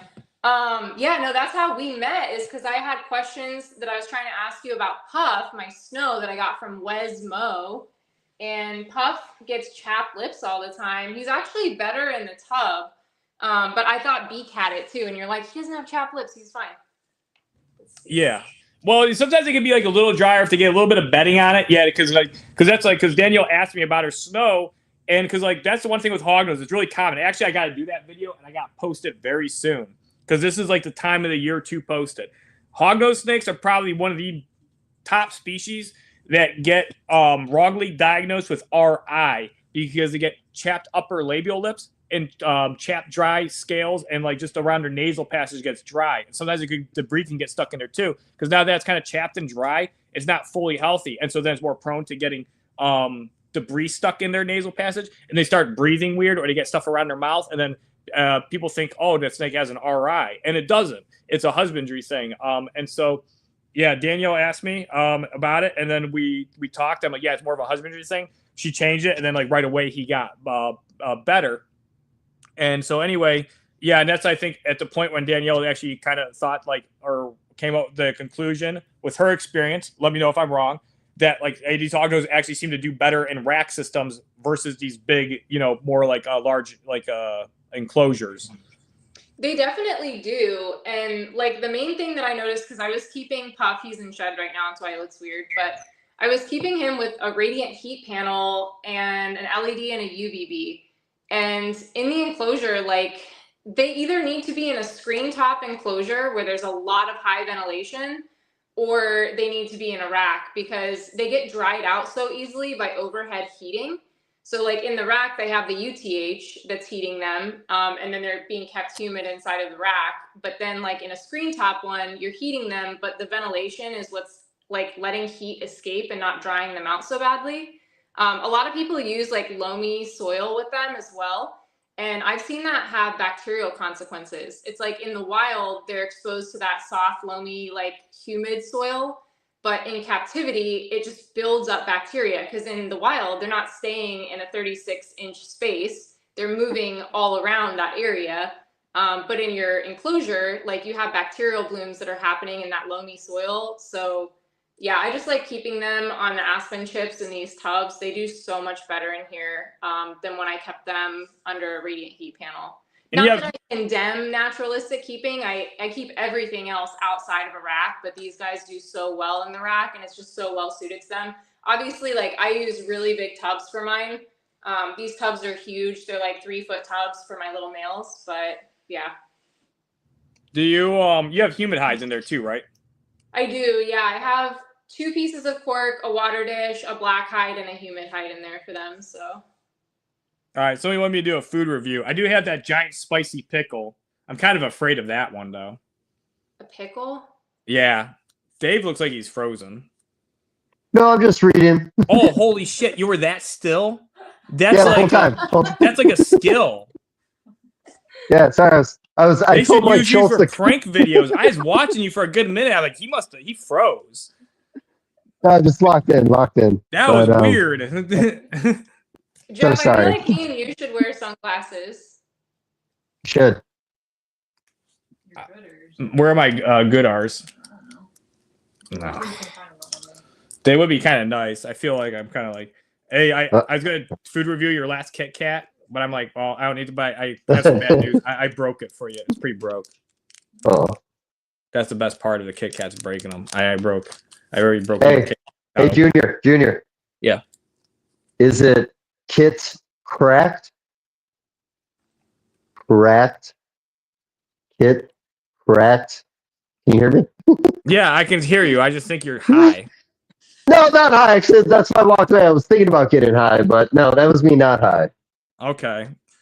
Yeah, it sounds like something stupid I would say, trying to do alliterations and stuff. Well, like yeah, you said that the Kit Kat was broken in half. That's a good alliteration. The alliterations it was broken. Are really good for advertising. It was cracked, so I shouldn't have. Oh, yeah. I did crack the Kit Kat for Crystal.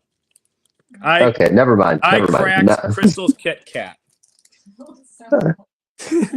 That sounds like Random thought. Husband bought a banana piebald python last fall. I realized while transcribing our reptile records into Excel that he came from Dave. Oh, Jamie Colzer. Yeah, Jamie's a big hognose person. She's got some really nice hognose for me. Nice to see you in here, Jamie. And that's funny. All you have to do is like remember, like, hey, this guy looked like that, and yeah, that was Dave that you bought a snake from. All right, there's a Kit Kat. All right, here it is. It's a Chamo mix dill pickle. So it's Tasty Explosion. So this is like a spicy red pickle. It's in red dye. So this pickle is like bright blood red. It Looks disgusting. It's awful. You know, this was a very nice gift from CLTCH. No, it wasn't. No, it wasn't. No. She sent me a bunch of stuff, and a lot of it was really good. And there's a lot of cool snacks in there. This was the oddball one in there. You know, she sent about like we already ate most of them. There's like this pecan roll thing. I did food reviews on most of them. She had these like Tostita chips that were really good. All these really interesting like Mexican like traditional type like candies, but like more of like not like, well, I shouldn't say traditional. They're traditional Mexican, but like more recent. Like it's like basically like the Skittles of like Mexico is what I'm trying to say. So they were like all like their candies are interesting. And some of them are like the one was like Sour Patch Kids that was rolled in like spices and herbs. So it tasted like mildly spicy. So you're getting sour, sweet, and spicy. It is actually an interesting mix. They weren't bad. They were good. Yeah. Chamoy, not chamo. So okay, that's how I wanted to pronounce it kind of like that, but there was only an O. like chamo. So chamoy. So I walked away for a minute. Are you gonna eat that thing in front of people? I guess. You know, did I ever tell you about that one thing I want to do a long time ago? No. No, I might have told you. We lived together for a while. I wanted to do dick-shaped food review. Yeah, yeah. I might still do it. I don't know. I'm thinking about it. That pickle will count. The pickle would count. Yes. Thanks for bringing it up. So you can eat that pickle? Yeah, I guess. I don't know. There's a lot of liquid in it too. First, I'm gonna like squeeze this bastard into the a liquid. bowl. No, you gotta drink the liquid. Fuck no! Come on. You gotta drink it. Well, maybe a sip. Just a sip. No. All right, I'm gonna put it in a glass. Yeah, we're gonna put it in a glass with the liquid, and I'll sip it. Poor Jeff. What? No. He's gonna love this. He's got awful taste in food. This fucking thing. Oh, great. Ooh, that smell, man. Oh my god. It smells like your like potpourri and pickle. You mean it's poison? Yeah.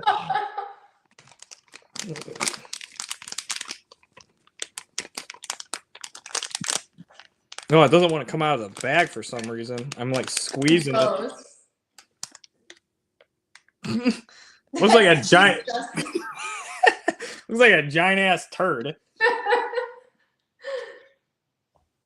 All right, food review on the giant chamoy pickle. Hey, go ahead. Hey, Junior, just a little advice. Do it like the pizza. You know, take a bite out of the tip, and you got to take a bite out of the side too. You can't just, you need a little of both.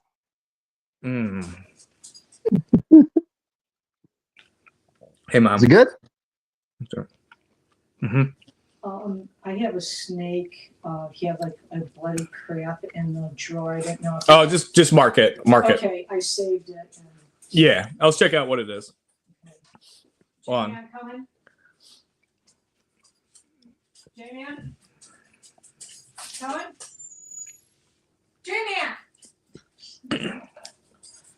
You know, it's not good. Well, describe it a little bit. We're like waiting on bated breath, and you go, it's not good. Well, for one, it's a really spongy pickle. It's one of those giant ones, so it's like an overripe cucumber, and it's been marinated into stuff for a very long time, so it's not crunchy. So I think a crunch would definitely help it. And 1 second.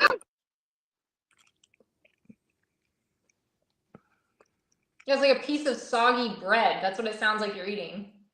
Yeah. It tastes like a pickle that has like, I don't know, like potpourri or oregano, like mixed with it. It's like, I don't know how to describe it. I say like oregano. It tastes like a really rich oregano pickle, kind of. It's not my favorite thing. Drink the sauce. Okay. All right. Yeah, thanks for this. It's got a little bit of spice to it. I think the thing is it's a chamoy. I don't think that flavor, whatever it goes with it. If it was just like a spicy pickle, I think it would be better. It would actually be better. So the spice is actually not that strong. It's pretty mild. Very mildly spicy. I think if it was spicier, it would be better because the spiciness would actually mask some of this fucking flavor that I'm tasting here. So I would actually if this thing was like insanely spicy, that would actually improve its taste a lot. I'm gonna have to give this fucker like a 2.2. Wow, that's nothing. It's not good. Well, I would not suggest. You said it was a lack of texture. What about if you like breaded and deep fried it? Maybe. Oh yeah, sure. Let me bag this fucker and hang on to it and try to somehow save this bastard pickle. No. Well, I didn't mean this time. I meant maybe next time. Yeah, next time. Hopefully that'll be never. It's 8:30. Does anybody have an update for us about the fight? Oh shoot. It's just probably Jake Paul still going screaming and like on like camera and stuff. I heard that Mike Tyson slapped him across the face. I don't know it looked staged as hell. Was it? It looked a bit staged. He went like this. He came up to him like Jake Paul's crawling on the floor for whatever reason, like the girl from the ring, and then he stands up real quick, and Mike is like smacks him like that, and then he's like starts yelling because he's like yeah, and then his guys are hanging on to it. It was like it looked terrible. It looked like you know that they didn't run rehearsal well. That's what it looked like. Yeah. I didn't think this boxing match was going to be fake until I saw that moment. Now I question if anything's real. Oh, she said he stepped on his toe. I don't know if that's true. I'll have to relook at it. I don't think he stepped on his toe though. He could have. Could have got triggered. I don't know if I want to eat any more of this. You don't have Crystal, to. do you want to try this? No. You don't want to try it?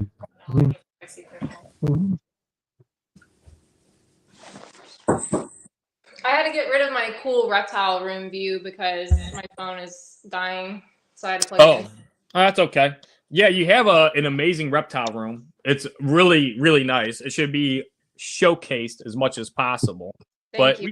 We've seen it a little bit, but yeah, your enclosures are very spacious, very open, and they have a lot of cover for the animals. And a lot of your animals, the one thing is, except for the Hognose, it seems like everything else you have is at least semi-arboreal because you have wood in there and most of your stuff, because I was at your place, Crystal and I were at your place, and most of the stuff's climbing. The Russian rat snakes, like everything. Your beauty snake, then you have, of course, like the Urodactylodes, and then cresteds and, like the monkey tail skinks, and even boas. Like, I mean, like, would you consider like boa constrictors like semi-arboreal? I mean, they kind of utilize the branches you put in there, so... Yeah, they absolutely are. And I never really thought of that until you said it. But yeah, other than the hogs, which are terrestrial, or are they fossorial? Well, fossorial is like kind of like, well, they probably are semi-fossorial because fossorial is like burrowing or ground dwelling. They don't necessarily have to make their own burrows, but a red-tailed boa, I feel like, they're definitely a little bit opportunistic when it comes to cover, and a lot of snakes are. So if it finds like a burrow, it's going to go in it. Like retics, they find in burrows, and like African rock pythons. But they just consider those snakes, I'd imagine, just, terrestrial. But, terrestrial is ground dwelling, and then you have fossorial. Like hognose are considered like semi-fossorial, but they actually hang out a lot of grass clumps. So they don't burrow as much as people think. And then like a full fossorial species would be something like a blind snake, or those mole lizards that are really cool. They're all pink and they got the little legs. Yeah, those guys. Cute. Those are cute. I like those. Yeah. No, boa constrictor are definitely semi-arboreal. That's why I hate to see them in racks. They just use so much of their muscles by climbing. But I will say it's very individually dependent. So like, my big Pokegron male, well, he's not big, he's 4 years old, but my Pokegron, he never climbs. Like he'll occasionally climb in bass, but he's very sedentary. He likes to be on the ground. All of the other ones though are always up in the canopy. Oh, interesting. Yeah. So it probably differs on species. Then Dave keeps some boas, but he pretty much morphs. I don't think you keep any other species. I used to have, I had photograph stuff like years ago. Yeah, but it was like years ago. I'm kind of sad I got rid of them. I had a chance to buy them again, but I didn't. I talked to Vin Russo a lot about boas. I kind of want to get into the locality thing. I appreciate them more now than I did before. I always talk, I was very more motivated when I got in the hobby. Now I'm kind of looking at this and that, and I kind of want to reverse course on some things that I'm doing. Gotcha. Yeah, Vin Russo is actually a very big mentor to me, and he is the reason I got into keeping boa constrictor. I had years before I even got Uno from him, I was talking to him and learning from him, and he was always like, I think you can do it, just get one. And finally, one day, one beautiful cold February day, I was like, hey, I think I'd like to get one. Do you have anything? And he's like, well, no, I don't really sell the Pokegron, and when I do, I sell them in pairs. But he was like, I have a holdback that I'll sell to you under the condition that you'll never breed it to anything other than to one of my snakes, to which we agreed. And he sold me the holdback male of his that was 2 years old at the time. And it caused like a huge stir because when I got him, everyone was like, where did you get that animal? And of course I was like, oh, my friend Vin Russo gave him. Great. And then Vin's like, stop telling people that I sell 2-year-old Pokegrons. He's like, I don't do this. So, is very, very special from Vin. And then I got another female from Brad Travers, who's absolutely exceptional. And then I got a male from somebody else on Facebook as well. Neither of those are Pokegron though. And actually when I got them, Vin made a point to message me like instantly and was like, I hope you're not planning on crossing those to that Pokegron male. And I was like, no, like we're good. Don't worry. Like I'll hold our end of the deal. I'm not going to breed him to anything but a Pokegron. So. Yeah, no, Vin's always been one of my favorite breeders. Vin's one of these guys that like I'm always gonna fanboy about. I get to do a dinner with him every Friday at Tinley, and it's only me and a couple other guys, and I'm always just very appreciative that he has me out at these things. But love talking to Vin. I hit him up now and again. I used to call him a lot back in the day, but I think I've done like 4 or 5 podcasts with him, and just always like talking to him. Just like that he wants to talk to me mainly. Yeah, he's really cool. I've read his books. People say that he can be like a very abrupt person, and they're not wrong. He is very abrupt in the way that he will communicate with you, but he's absolutely just fantastically knowledgeable and passionate. We connected because we have so much in common, not only with herpeticulture, but then also with bonsai. His father is a bonsai master, and so is Vin. And I'm really into all that stuff. Japanese tradition and culture, koi. He has like a koi garden. We just have a lot of things that we have in common that I think helped us like foster that friendship and that mentorship, because I don't think he really has time to do that for people. But I think he just kind of saw it as like an opportunity to be nice to me. But yeah, he helped mentor me so much to where I'm at with all of my snakes. So. No, that's really cool. Like I said, Vin's always been one of my favorite guys. And you talk about like the bonsai, the koi. I think he builds his own guitars. It seems like whatever Vin does, he puts his mind to it, and he's successful at everything. Even like you said, his bonsai. A lot of people don't even know about his bonsai in the community. Yeah, no, he's very talented, very artistic person. I want to know what his zodiac sign is. Actually, we need to ask him that. I gotta check his birthday. What do I think it is? Yeah. Aquarius. All right, I'm gonna write that down. Actually, does Vin Russo have a Facebook page? Maybe. I don't know. We got to figure out what his birthday is. Dave would know. Dave, does he have a Facebook page? I don't know for sure. I gotta check. I thought he has the Cutting Edge Herpetological page. Yeah, he was one of the first people. I mean, it's like a breeding loan, but he was like the second person to produce snow hognose. I remember I'd always look at his stuff because it snows, and I would see his like web page. I don't know if he still has it, but then he'd have like his boa locales. Now the Pokegron. Now, where are those from? What country? So it's a village in Suriname. And Suriname. The argument too, and I understand like what he's saying, but the argument I have is like, okay, these animals were exported. I think there was 22 of them taken from Pokegron Suriname, and I'm pretty sure Gus Renfro had that project originally, and then Vin took it. But they've been selectively line bred from this really small group of genetic diversity to the point where I think if you went to Pokegron and you collected 10 more of those from the wild and compared them, they would look absolutely nothing like Vin's line. Do you know what Right. I'm saying? Like he's line bred these exceptional animals with these huge red tails, because that's the prowess of the Pokegron. The tail is just fucking enormous.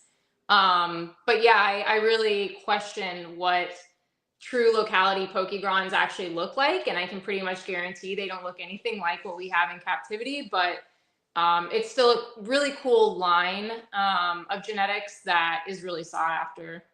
I'm looking And at there's a pictures guy- now. Yeah, The- there's a guy here in Tucson, HK Constrictors. He has Vin's line of Rio Bravo Pokegrons. So I think this Right. is a Tarmahara he has there. I think that's an adult. That's like one of the smallest bows. I'm pretty sure that's a Tarmahara. the mountain boas. Yeah, they're from So, like Mexico.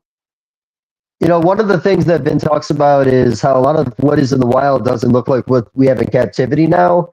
And in some of these regions, what what might have happened where these animals were being collected from all over the country, put into one farm, and then released. So Right. different animals from different regions got in those regions, and he thinks from them breeding over the years has changed the whole way they look in the wild. Yes and Not no. completely, but he says that's why they're not exactly lining up like they used to. Yeah, there's more genetic diversity from the, what's it called? Like invasiveness of different localities being re-released, but I don't think it has that much effect on their gene pool. But Vin would know more. I mean, he's been to these countries and he's seen these animals. The one reason I asked is because you said the Pokemon is a Suriname, and your other boas, the boa constrictors, I'd imagine the other ones, none of the other ones are Suriname locales, and you observe different behavior with your Pokegron, unless it's just him as an individual. Your Pokegron stays more sedentary and is more on the ground versus your other ones are climbing more. So I wondered if it was like a locale thing. No, so my other two are also Surinams. Oh, they are, One okay. of them, the guy I got it from, I won't mention his name because it was a fucked up transaction, but I don't know that it's pure Suriname. I feel like it's a hybrid with a Guyana, just because it has some qualities that don't fit Suriname, but he's a really nice animal. The other one is definitely a Suriname, but they just have different personalities. But I will say the Pokegrons are lazy, they're gentle, and they're docile. Sounds like a good boa. Yeah, he's very nice, and I think that's kind of indicative of that line. It's just kind of been bred into them with like no genetic depression because they are extremely line bred. But yeah, you can kind of get hit or miss with Suriname. Some of them can be pretty mean. I'm going through his photos. He has some very interesting photos because then he has a blood python on eggs. I didn't know he did blood pythons. He has a lot of really cool boas. Like he has like a leopard here, a nice leopard. And then I'm So scrolling. And then he has this. He must have just thought it was cute and he posted it. But I wasn't expecting that to find out on Vin Russo's. Because like I've always heard like he's kind of pretty serious. And he's kind of like, he's kind of like, like said, like blunt. And so I was like, oh, he has that posted, but he really liked it, so he posted it. And yeah, I've seen him around quite a bit. Like obviously like Dave knows him very well because Dave's like into boas and stuff. And Danielle, you know, I'm the only one here that doesn't really know him that well. I've only talked to him like birthday, possibly February 12th. February 12th. Hang on. It's not on his Facebook. Oops. Shit. Am I still in the chat? Oh, yeah, you are. Just the camera is off. Yeah. Okay. I can't make I like how we're like publicly stalking Vin Russo right now. Like, it's Aquarius. Are you fucking kidding me? It's Aquarius. I knew it, dude. Did you guess so that weird. because he has boas and he keeps them in aquariums? No, because Aquarius they're so intricate of people. Not that like you should really buy into the Zodiac thing too much, but I might now. Yeah, a little bit. Jeff, you're Gemini. Yeah, everybody knows that. And what's your Zodiac sign? Virgo. Virgo. Okay. What's a Virgo do? Do they have like bad audio on their phones when they talk? I don't think we do anything. I think we're all named Dave, though. All of them, yeah. A lot of Daves. Yeah. All right, I'm not finding it. What's Virgo's personality? Perfectionist of the Zodiac. Those born under the sign are particular and meticulous when it comes to their actions. In turn, a Virgo may clash with a friend or partner to get them to meet their bar for perfectionism. Now, I'd say the last part does not sound like Dave at all. I don't see Dave clashing with people like at all. Dave's like Dave's like very diplomatic and easy to get along with. Submissive. I'm very submissive. I go into the fetal real quick. All right. I don't know what sign that is. What? Fetal? Yeah, fetal. The fetal position sign. I don't know. Maybe that's like, maybe it's the year you're born. Because like I'm the year of the rabbit. Maybe you're like, I don't know. You think a rabbit sounds like, because rabbits are like kind of like timid and stuff. Jeff, I'm the rabbit too. What? I'm also year of the rabbit. Okay. Yeah. Yeah, that makes sense. Yeah, because don't the year cycles, what are they like? I can't remember. Like, are they 2 or 3 or 4 years? I feel like they're 4 years. No, I think they're like 10. I thought there was like 10 animals in the Chinese zodiac. Oh, really? Oh, yeah. Maybe you're right. Yeah, it's 10. So like everybody's like a rabbit that's close to my age then. Okay. Yeah. Because we're born in 87, right? Yes. Yeah. Shit. All right. We're gonna add what's Crystal's sign. Crystal is an Aries. Positive, brave, creative, optimistic, and good organizers. Yeah. Sounds like her. Short-tempered, definitely not her. It sounds more like me. Selfish, sounds more like me. Attention-seeking, sounds more like me. And too competitive, sounds more like me. Look up Cancer. Cancer? I'll be like, total piece of shit. Sounds more like me. Cancer? Moody asshole. Sounds like me. Cancers tend to be the most compatible with other water signs, Pisces and Scorpio. But what is a Cancer sign's personality? People born under the sign of Cancer are said to have many personality traits. Emotional. Cancers are known for being highly sensitive and emotional, and are sometimes called the caretakers of the zodiac. Nurturing. Cancers are known for being nurturing and compassionate. They're often devoted to their loved ones and will go great lengths to defend them. Sounds like Crystal. Good listeners. Cancers are known for being good listeners and are always ready to support friends going through tough times. Sounds like Crystal. Doesn't sound like me at all. Creative. Cancers are known for being creative and artistic. They may enjoy knitting, sewing, or other crafty activities. Sound like Vince Russo's picture of that little mouse knitting a thing for a snake. Homebodies. Sounds like both of us. Passive aggressive. I don't know. It might be me. Crystal's not passive aggressive. So, did you see what animal I am? A rat. Yeah, I'm the rat. You're a rat. Yeah, I know. That's. I didn't even realize there was a rat. I'm really sad right now. Nobody wants to be that one. Dude, I really want to be the rat. Dragon. The dragon's the best one. Dragon's good. Snake's good.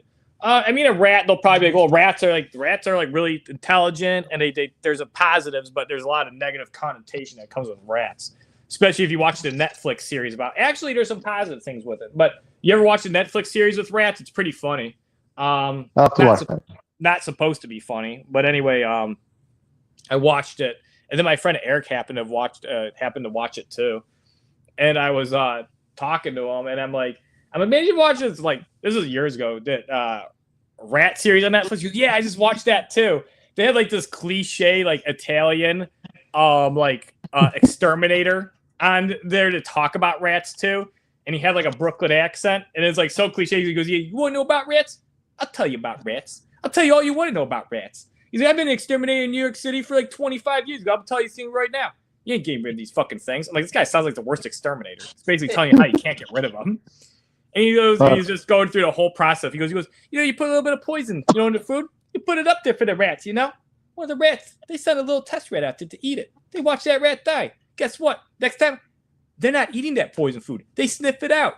And so they kept having all these scenarios, and he is talking about it. And I was like, and so I brought it up to Eric. I was like, you see that fucking guy they had on there? It's like they purposely had him on there because the guy wasn't really a character, but he was like, is like real cliche. He's like an Italian, Brooklyn, New York exterminator that has all this experience with rats.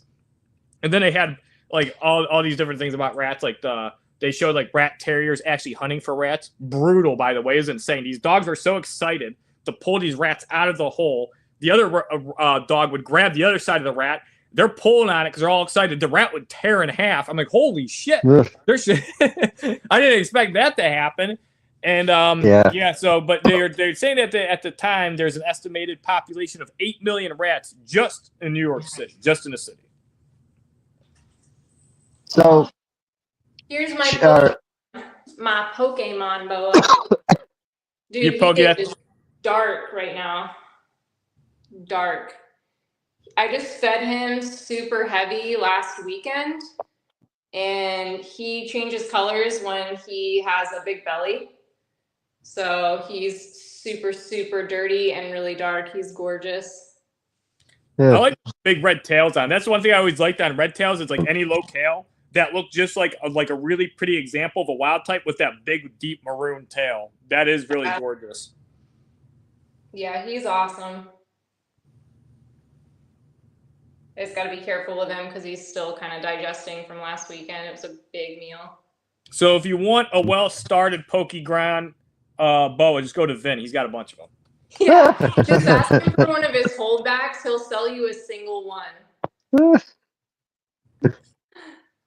We're trying to get somebody to get an inflammatory response. You message him, he'll be like, "Who told you this?" God damn it, Pale Scales. Yeah. I think us stalking his birthday and figuring out his Zodiac is going to maybe be the part that weirds him out about the episode. Yeah, but you know what? And by the way, I figured it out, so. Yeah, no, that was amazing. And you got it on film, so it's real. Hi, buddy. Hi. The Sundowns, I thought they got pretty big. Do they get substantially large? Because I know he's like kind of like a younger, like adult male, and you're not like, of course, slamming them with food. And these ones that do get big should take a long time. But I thought Sundowns got really large. Am I wrong? No, they do. They're not as big as like Peruvians, but he'll probably get, I would say maybe 6 feet or 7 feet. The females can get like 8 to 10 feet. It just kind of depends on how heavy you feed them. But again, Vin mentoring, he's like very particular about how he feeds his animals. And there was like even a time where I sent him a picture of, and he's like, dude, chill, that snake's getting fat. Oh, really? So he'll just like straight up tell you. But yeah, I've been pretty selective with how I feed this animal. So at 4 years old, he's probably only about 4 feet long. He doesn't weigh that much, but he'll be a really big animal at some point. Yeah. I like Vin's slow growing. I've been doing that a lot for the last like 7 years. I have a whole generation of boas that literally just hit the 7-year mark, and this is gonna be the first time I breed them. And they're all about 5 pounds for Colombians. I bred one last year that was 6 years old. She was right around like 4.5 or 5 pounds when I bred her. I got the male in late, so I ended up getting a slug out, but she had 18 slugs. Damn. Wow. Yeah, just a little girl. It was crazy. I'll send you the picture of my hand over, because that's one of my favorite Vin pictures, is when he has the hands over the Guyanas or Surinames, and they're just like barely this big around. It changes the way we do it. Yeah, they need to be lean and muscular and healthy. They shouldn't be like round, but more like square, if that makes any sense.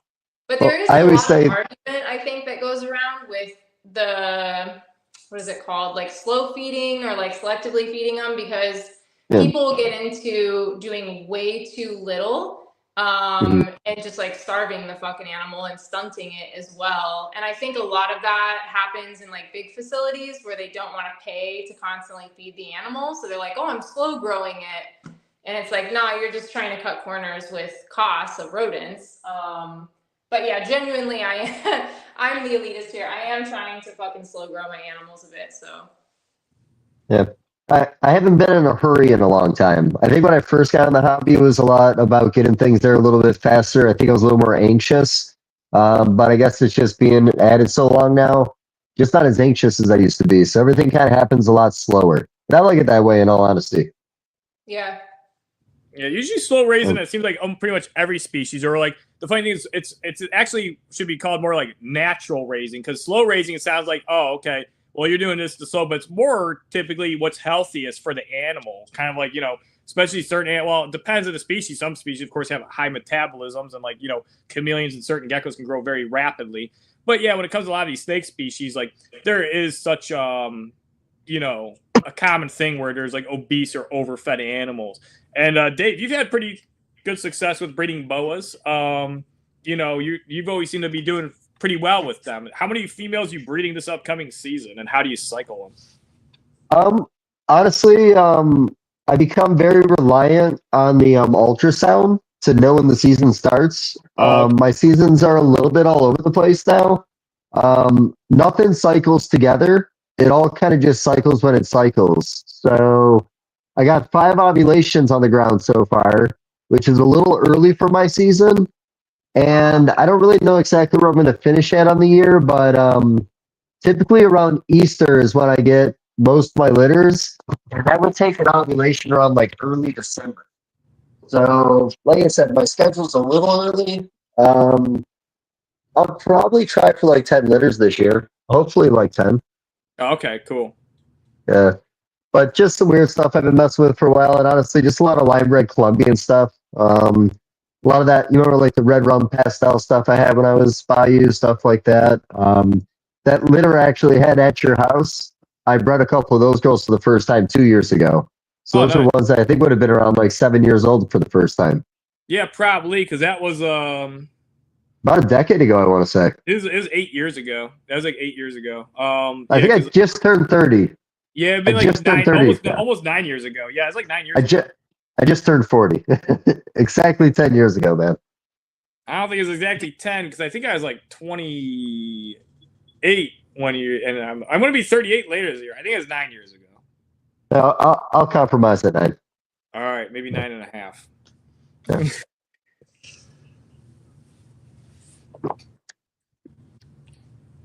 So I don't even remember what we talked about. Boas. Was it boas? I just meant the whole 2 hours. Oh, the whole 2 hours? A bunch of different things. Vin Russo, Zodiac signs, boas, the fight, food review, Hognose getting eaten, wood. We talked about laser. A little bit of here's their little things. That's about it. Yeah, and we talk about a bunch of stuff. This is what you wanted for a podcast, like normal human like conversations, and I think we achieved that here.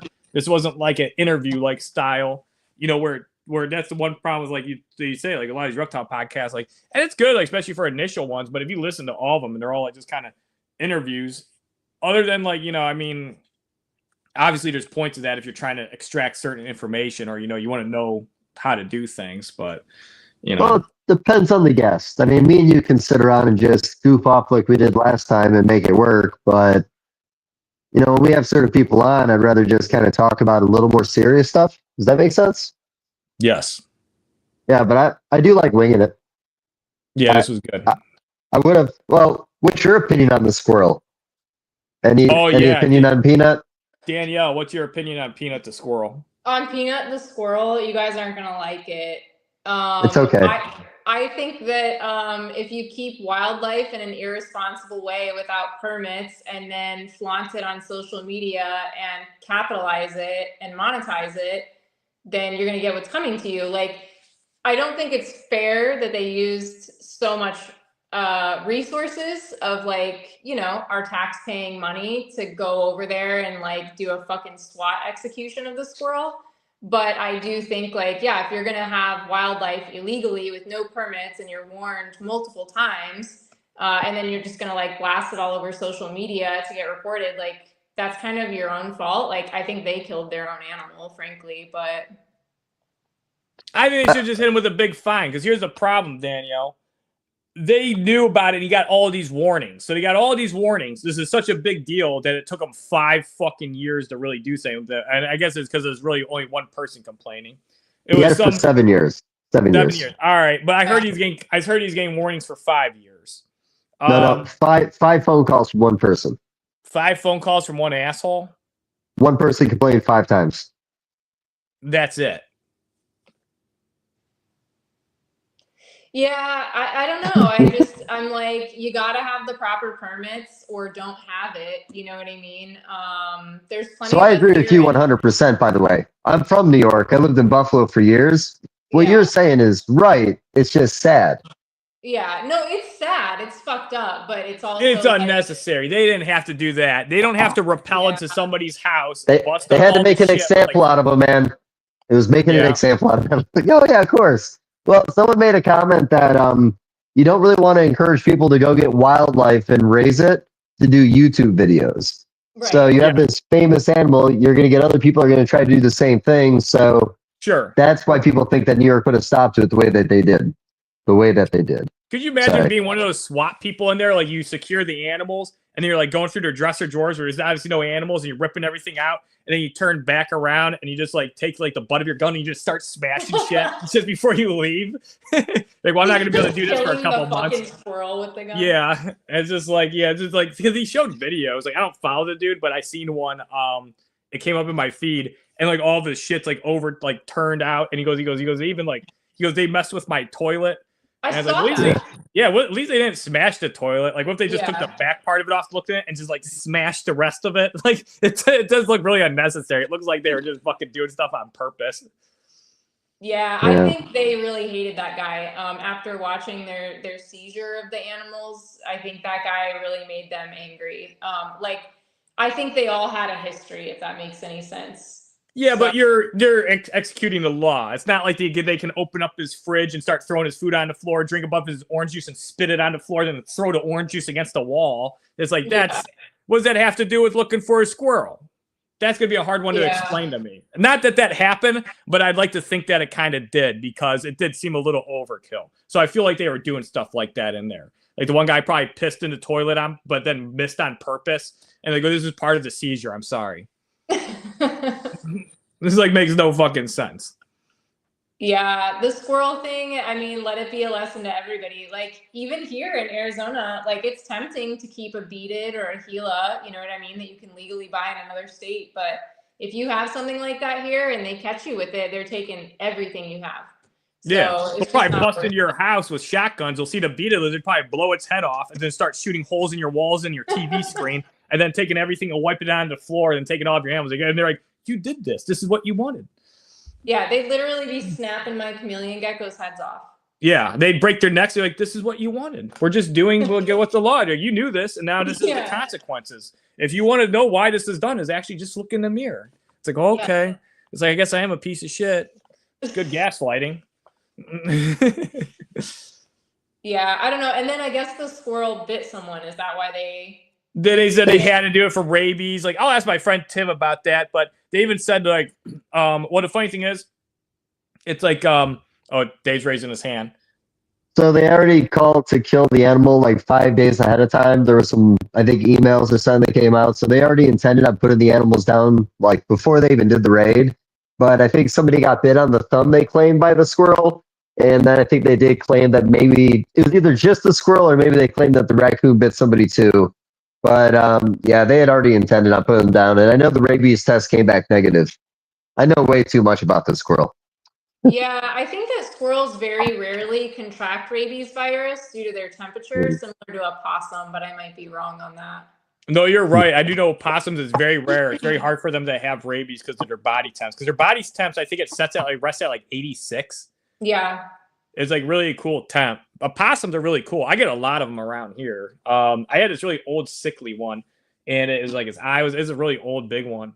They don't live long, but anyway, yeah, I'd see it, and you'd be able to get real close to it. And I was like, man, I think it doesn't look good. I was like, I feel bad for it. I was debating if I should. I was like, tell Tim, but he's gonna take it to nature center. Like, well, this thing is like huge and old, and it's got like an eye infection and all this other stuff. But then later, it fucking got hit on the road. I seen it dead like a week later on my street.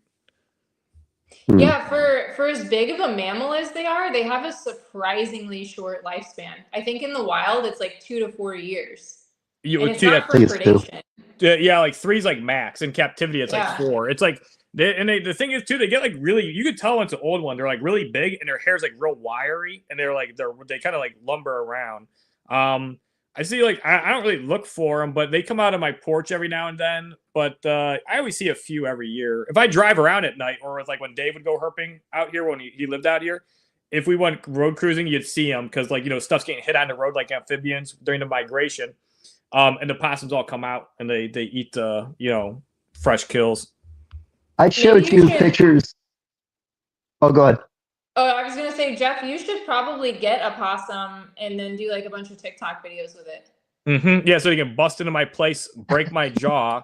Fucking probably, if I do anything to defend myself, they'll shoot me 5 times. It'll give them great pleasure because they're like, man, I never thought I was going to get to kill one of those.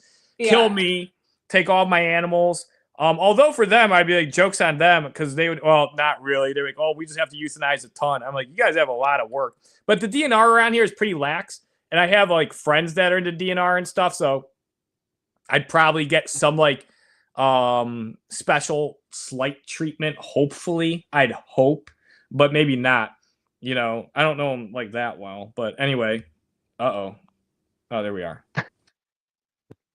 There we are. But no, I'm not going to keep any illegal stuff. Like that's why even about the beta lizards, I got it in writing for the DNR guy. I'm like, are you sure these are legal? And he goes, yes, they're 100% legal. I was like, I am keeping these emails. But Ohio DNR is like, I know they're pretty lax because my friend Tim works in animal rehab. So he talks to a lot of DNR people. There's a lot of crossover with DNR since he works with actual wildlife, and they have to go on sanctuaries and like in national parks, and they have to like do retrievals, or sometimes they have to, you know, release animals. He told me, he goes, because Tim's one of those people too. He doesn't like doing stuff like that's not by the book. You know, he's maybe a little loose. Like Tim's like not like you know, real militant. But anyway, he is even the peanut squirrel situation. He was like, he goes, yeah, that idiot should have had a permit. He goes, why fuck it around? But anyway, Tim says with the DNR, he goes, people will call and say like, there was this one person that was catching songbirds and then selling them.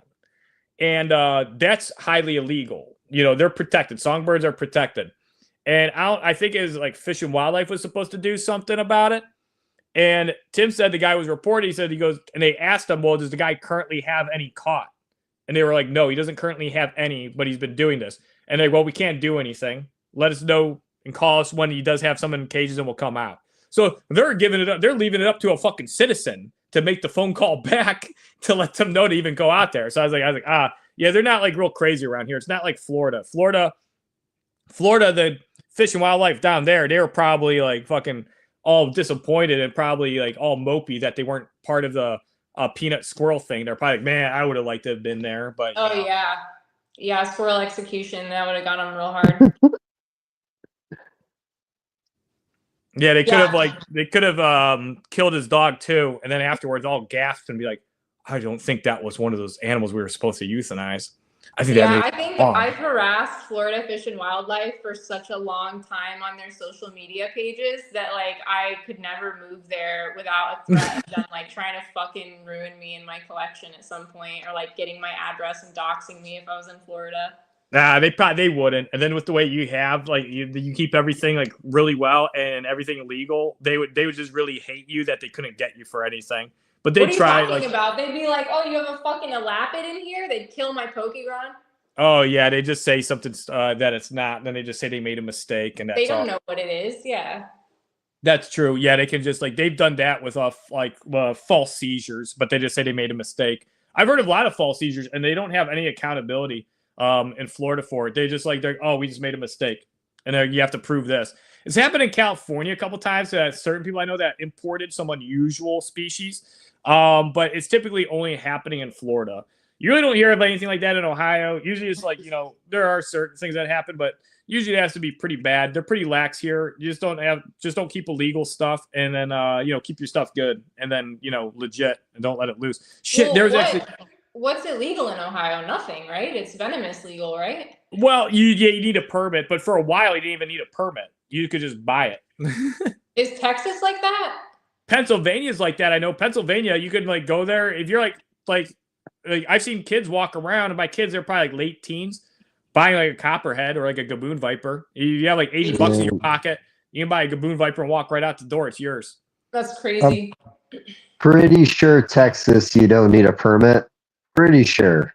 Because I've been at shows where there's been venomous for sale. It seemed pretty laxy-daisy. I could be wrong, though. I'm pretty like tired of all the legislation, all the bureaucracy.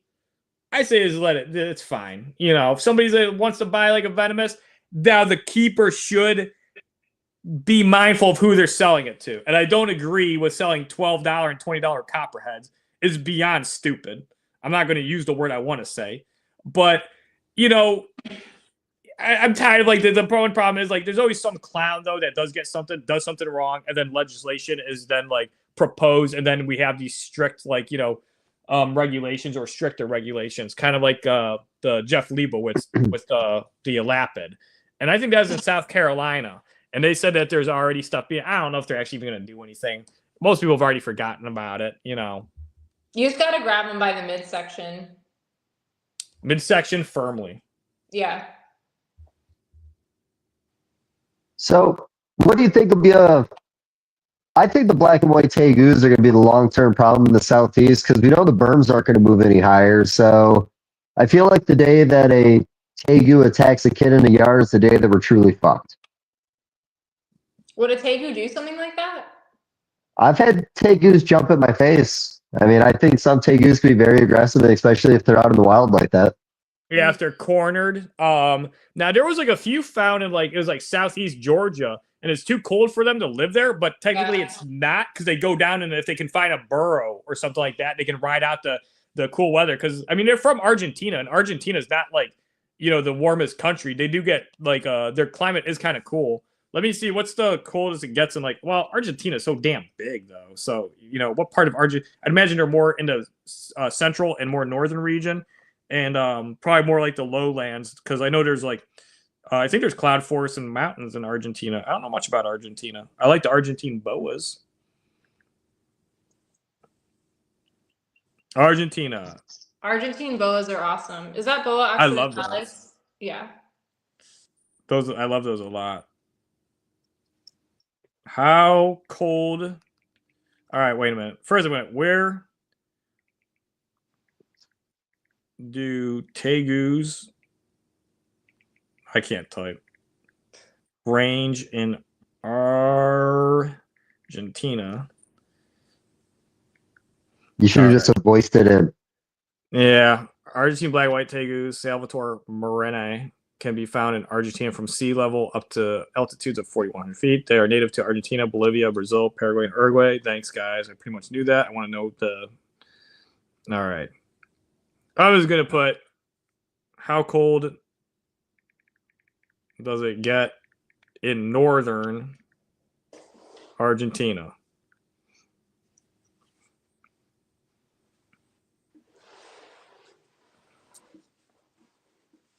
All right, it says average temps around 57, but temps in some areas can drop below freezing during the nights. So, yeah, it makes sense that they could live in like southern Georgia. They just have to have areas where they ride it out.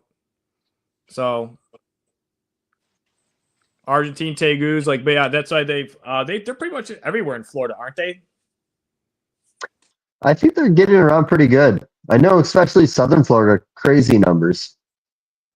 Oh, look at that. I just fed her, so I'm trying to be gentle taking her out, and she made it like the most traumatic experience ever. I almost mentioned those earlier. I love IMGs. That's my favorite boa morph forever. Yeah.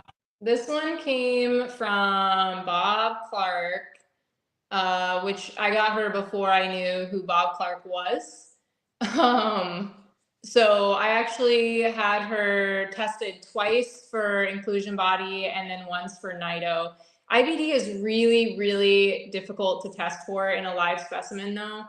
So I practice like really good quarantine with all of my animals. I don't share tongs with any of them or water dishes or anything like that. But yeah, hopefully this animal doesn't have anything like that, but it did come from Bob Clark. So don't recommend getting anything from him. All right. You must be a Darian supporter. You must be friends with Darian. I am friends with Darian, but I don't like Bob Clark because of Bob Clark, not because of Darian. Actually, these cages right here, you see those big ones? Yep. When I moved into this house, my movers broke my prehensile tail skinks glass cage. It was like awful. And I had them in a temporary setup. I didn't know what I was going to do. And Darian came through and gave me one of those dubia roaches cages, and they're fucking awesome. So yeah, props to him for doing that for me. Darian's a nice guy. I met him in person at I mean, I'd seen him at Tinley. I didn't really talk to him there, but at the Southeast Expo. And Dave was there. That's where we had fun with the go-karts. And yeah, Darian's like a nice dude. But yeah, I think online, you can't tell stuff through text though. But yeah, he likes to joke around. He's a fun person. I like Darian. Darian's actually he's done a lot of good stuff. It's kind of like it's funny because he gets like I remember at one point people are all like terrified of getting like banned from Morph Market. Yeah. And he'd be like, look, guys, because we've only banned like 25 people. He goes, we just got rid of like anybody that was a registered predator. And he goes, most of them weren't sellers. And he's like, and then actual sellers, he goes, we only got rid of 25. And that's it. And he goes, and they were doing a lot of bad stuff. And so I deserve to be banned.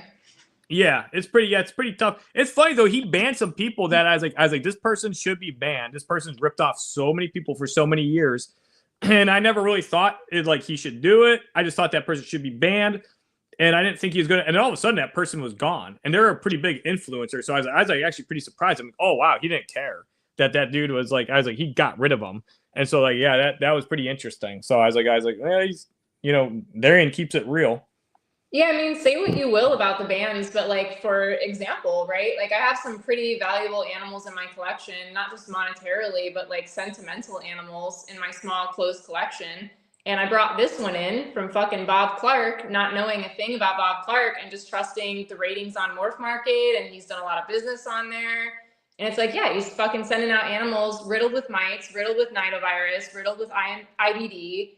And I could have easily introduced that to my collection with this animal. Yeah. Had I not known those things, I may have never even tested her.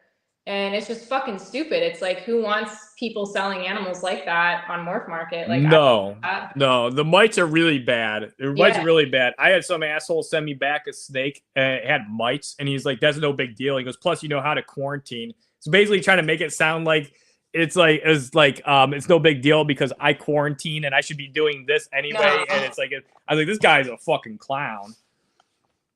Yeah, mites are a serious problem because they spread viruses. They're a vector for illness. It's like people think, oh, they just suck the animal's blood and all you got to do is just treat them for mites and it's over. It's not a big deal. It's a fucking huge deal because they're cross-contaminating every animal that they touch with, viral vector. So in a boa constrictor collection, mites are lethal, Yeah, and even hognose snakes are real bad because it's hard to treat the hognose because you can't use chemicals on them. Right. But then also, baby hognose are very detrimental. If a bunch of nymphs hatch out and they go on a baby hognose, you don't see them, and all of them, they can actually kill a baby hognose. They can make them a sick, and it stresses them out, and yeah, it's really bad. Snake bites are insane. Tyson fight starts soon. I thought it was November 15th it was supposed to happen, not November 16th. Oh, I guess it's on November 15th now. And for me, 33 minutes, it's no longer the 15th. Yeah. I got the joke. It took a second. Yeah, it's just a joke because it took so long for it to start. It was my fault. You know why it took so long is because those girls were beating the shit out of each other for fucking, how many rounds is it? 6, 12 rounds? I don't even know. Yeah, that was rough looking. That was pretty bad. Are you watching it? No, but I just know women fight like that. They'll go all the rounds and they'll just beat the fuck out of each other. Yeah, so they can't TKO each other, so they just keep wailing? Yeah. They can't knock each other out usually. Well, not to say that, but some of them can. But sometimes, usually to knock each other out, they'll just keep fighting until someone calls it, and then it delays the main event. Yeah. Go ahead. No, I was just gonna say the one girl's eyebrow was split open. I'm surprised they didn't call the fight. Like it was a gash. It was rough looking. Where's that guy? The guy with the mustache. Who's that guy with the mustache that was a boxer and he's got like a really deep, weird sounding voice, kind of? Oh, Mario. No, it's not Mario. I'm just joking. Yeah. No, yeah, I know what you're doing. Sound like, yeah, he's not the guy from Super NES. Damn, what is that guy? Who's that guy he fought that like really tall, I think he's a Korean dude. Are you talking boxing or UFC? Boxing. I'll find him. Maybe he's Japanese. I think he's Japanese. A Japanese guy with a mustache? No, the American dude had a mustache. Yeah, I can't find him. Reps in Texas goes, "You're thinking of Jack Mehoff." Stupid. I'm looking for him. Yeah.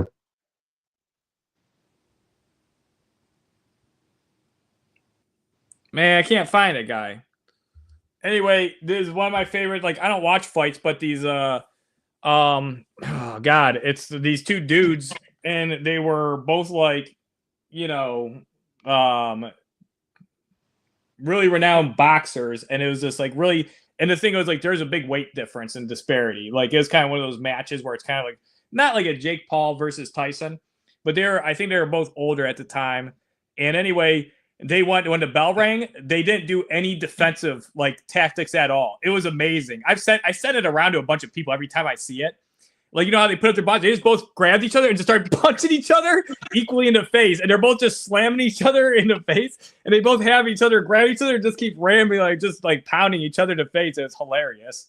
And it's like one of the most vicious fights. I can't remember that guy's name. Eric knows him. He would know right away. Somebody in this chat knows. I don't know. There's hardly any people here anymore. Everybody's tuning in to Tyson. Yeah, it's getting close. Don Fry, that's who it is. Don Fry. That was my favorite fights I ever seen. Don Fry and Yoshiro Takayama. Was this like years and years? It's very old, yeah. Yeah, I know that. That's not a. When you said mustache, I was thinking a handlebar mustache. That's a Freddie Mercury mustache. The hair flipping around. God damn. Yeah. But that's UFC. That's like bare knuckle boxing. Yeah. I thought it was regular boxing, but yeah, it's not. I remembered incorrect. Yeah, I thought that's what you meant. No, those guys kicked the fuck out of each other. That was hilarious. That was a great fight. Oh. Are we allowed to smoke on this? Yeah, of course. Yeah, I've seen MJ like hit a bong and then like eat edibles and then drink whiskey at the same time.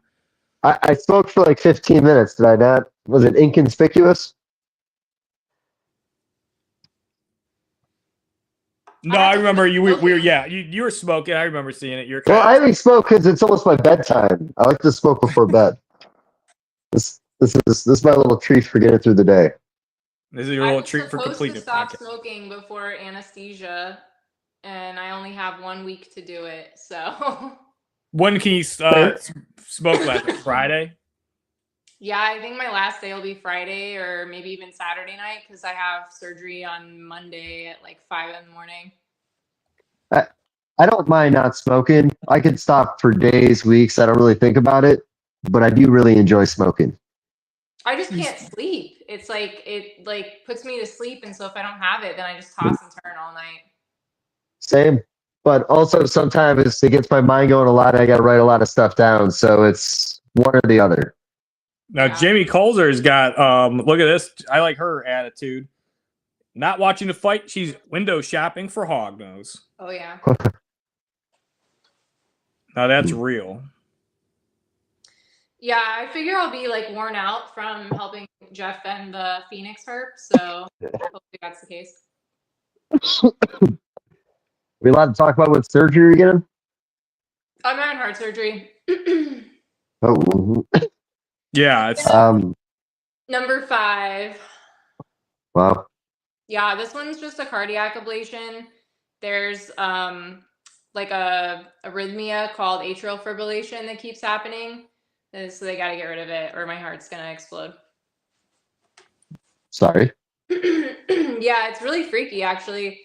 Jeff, you're in my living will for my Hognoses, so just okay. Well, I hope you back. don't pass away. I'd be very upset if you passed away. Yeah, so would I. Yeah, I wouldn't like that very much. You're a good friend, and we'd be like, all right, we're down a good reptile caretaker and keeper, and then like you would pass away, and then like for the next like 70 years until I'm like old, I'll see like Samson still kicking it and doing well. I'll see these other guys like, you know, that are like fucking just flip stuff and like don't even keep things and just like spray it in plastic cups and just take it to shows and like, dies. Those guys are all like, they all have like diabetes and like fucking severe problems, and they're all like 68 and 79 years old, and they're still kicking, still going. Literally. Yeah, you'll pass away. Meanwhile, Samson, who looks like Jabba the Hutt in a black T-shirt, is fucking able to live to probably like 83. God damn. I'll be turning in my grave if Samson's alive and I'm not. You'll be like a rotisserie chicken down there. This is a nice one. Yellow-green head albino western hognose. Now, it does have a blue background. It complements it. It's from Tar River Reptiles. That's a pretty hognose. Show it to us. That's pretty. That's pretty. I like the brown stuff. I like things that are more sable, more Arctic. I like muted tones. Oh, okay. Do you like the Swiss chocolate more than the sable because the browns? I've seen some really nice Swisses. Gray Matter posted one of their big female Swisses the other day. That's a nice one. It's like black on top and then like this milk chocolate on the bottom. It's fucking gorgeous. But I don't know, like Churro, my little sable anaconda toffee belly, het toffee belly, he's like gorgeous to me, and he's not a Swiss. I call him my ghetto Swiss chocolate. Fair. He's like a milk chocolate. Yeah. Count it. He is. Yeah, he's a nice, he's a super conda sable. Super conda. Yeah, super conda. Yeah, he's really pretty. Actually, I don't know if I'm going to say his last name right, but Anthony Riccardi Reptiles. Is that it, Jeff? That's it. Yeah, you got it. I like all of his stuff. He has a lot of the color palette of morphs that I like in Hognose. Yeah, Anthony's got like a little bit of everything. Almost, and he's got a very good attitude, and he's in the Discord. Anthony's like he's a really big hognose enthusiast. Man, this one's really nice. Check out this sunburst. This one's really cool. That one's awesome. That's beautiful. Are these all yours? Oh wow, the first one wasn't mine. That one's mine though. That one is mine. Look how nice these are. That's why I did it. No, the first one that wasn't mine actually. Oh, okay. You need some lavender. All right, I'll have to hurry up and post some lavenders after this. Jeff, have you posted what the raffle prizes will be? For the Christmas mystery box, it's going to be Christmas theme. So lemon ghost sable and a red albino. So it's going to be green and red. Green and red. Yeah. Happy holidays. Anthony Riccardi says he appreciates the love. And he says, thanks for getting my name correct. I got it. Yeah, so I have some lavender stuff I'll post. I have some lavenders, posset, sable, and toffee too. And Danielle, you're into Discord. Not you just made an account. And then Dave, you're not into Discord yet. What are you doing? I don't even know what a Discord is. Is it like a Patreon thing? Kind of, but it's free. Okay. Maybe. All right. You need to get in the Discord, Dave. It's good. It's pretty good.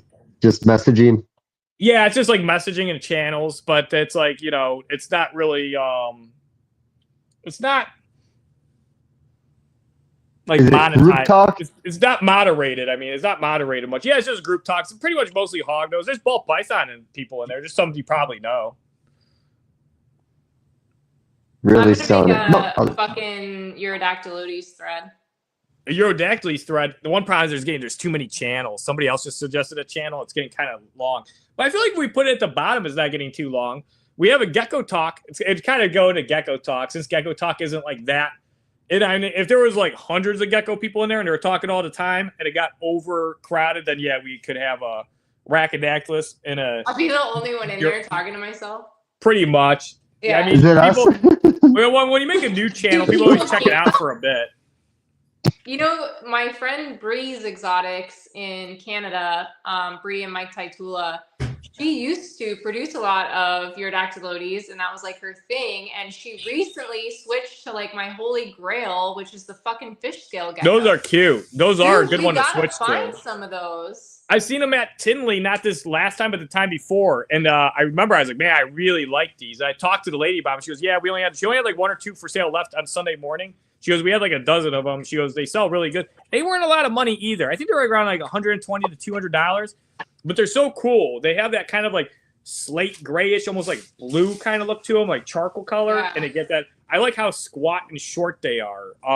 They're very cool, and everything about them. I like the scalation on them. I like their, the whole shape of their body, their face.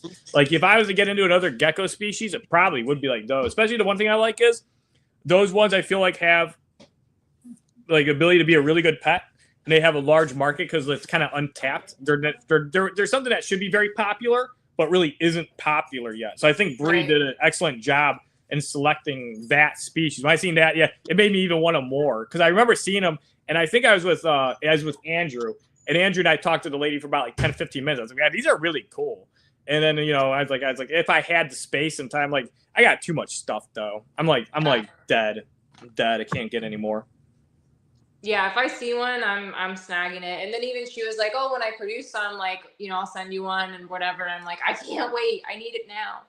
But I might have to wait because you never see them imported. Nobody ever sells them. They're like gecko. My thing's gonna like die unless I plug it in. So yeah, I had to do that too. Dave, what kind of dog is that? Oh, a wine runner. Oh, he's so cute. It's good. I think he's probably about 1.5 years old now. I have a greyhound around here somewhere. Huh. Did you adopt him? Yeah, I adopted her a year ago, almost a year ago. Nice. Oh, you're fine. I was just gonna say I got a buddy in Buffalo who's been adopting them for like 20 years. He always has like 2 or 3 at a time. Yeah, it's crazy because I got mine from the rescue here locally as a 3-month-old puppy. And everybody's like, I've never seen one as a puppy before. It's like a white whale. It was so obscure. Yeah. What'd you name it? Love Bite. That's cute. Yeah, so I call her Love. My one buddy, Dave. You know Hippie Dave? He's a blue-tongued skink guy in Colorado. It sounds like you. You're blue. No. He's way hippier than me. No. He has, I think it's a Russian hunting dog, but they have a very long, slender snout, like comical. It looks like something you see in England. I'm going to look it up. Yeah, look for long, slender snout, Russian dog, kill. Maybe wolves? I don't know. What's very it called? peculiar. Oh, I don't know the breed. The description is all I have. I could try on my end. I got this phone over here. Fight's not on yet. The one thing is, like, it's funny that Pale Scales has her greyhound because this thing, when you go over and see it, how long and narrow it is, it's basically like a snake dog. Snake dog? Yeah, it's like a snake dog. Yeah, they're really long and they're real slender. And when they stretch their legs out, if they're down on the ground, yeah, they're like a snake dog. It's like a snake and a dog. Yeah, somebody told me that I picked her because she looks like a snake. Yeah, she looked like a snake. It's probably me, unless somebody said pretty much the same thing I did. Yeah, just they made that one cartoon was trending for a long time. Like, I would do it for you, and then the dog would go and like grab stuff. That's a borzoi. So there's like Salukis, borzoi. Yeah, that looks more like a borzoi. That's a great dog if you like petting dogs' snouts. Like, if you ever wanted a dog and you liked their snout, that's the dog for you. This dog, man, look at this thing. This thing looks like it could sniff an entire, I don't know, a lot of stuff. A borzoi or borzio. Borzoi. Yeah. Greyhounds are similar, but they're a lot more docile and sweet. Oh my god. Yeah. What the fuck?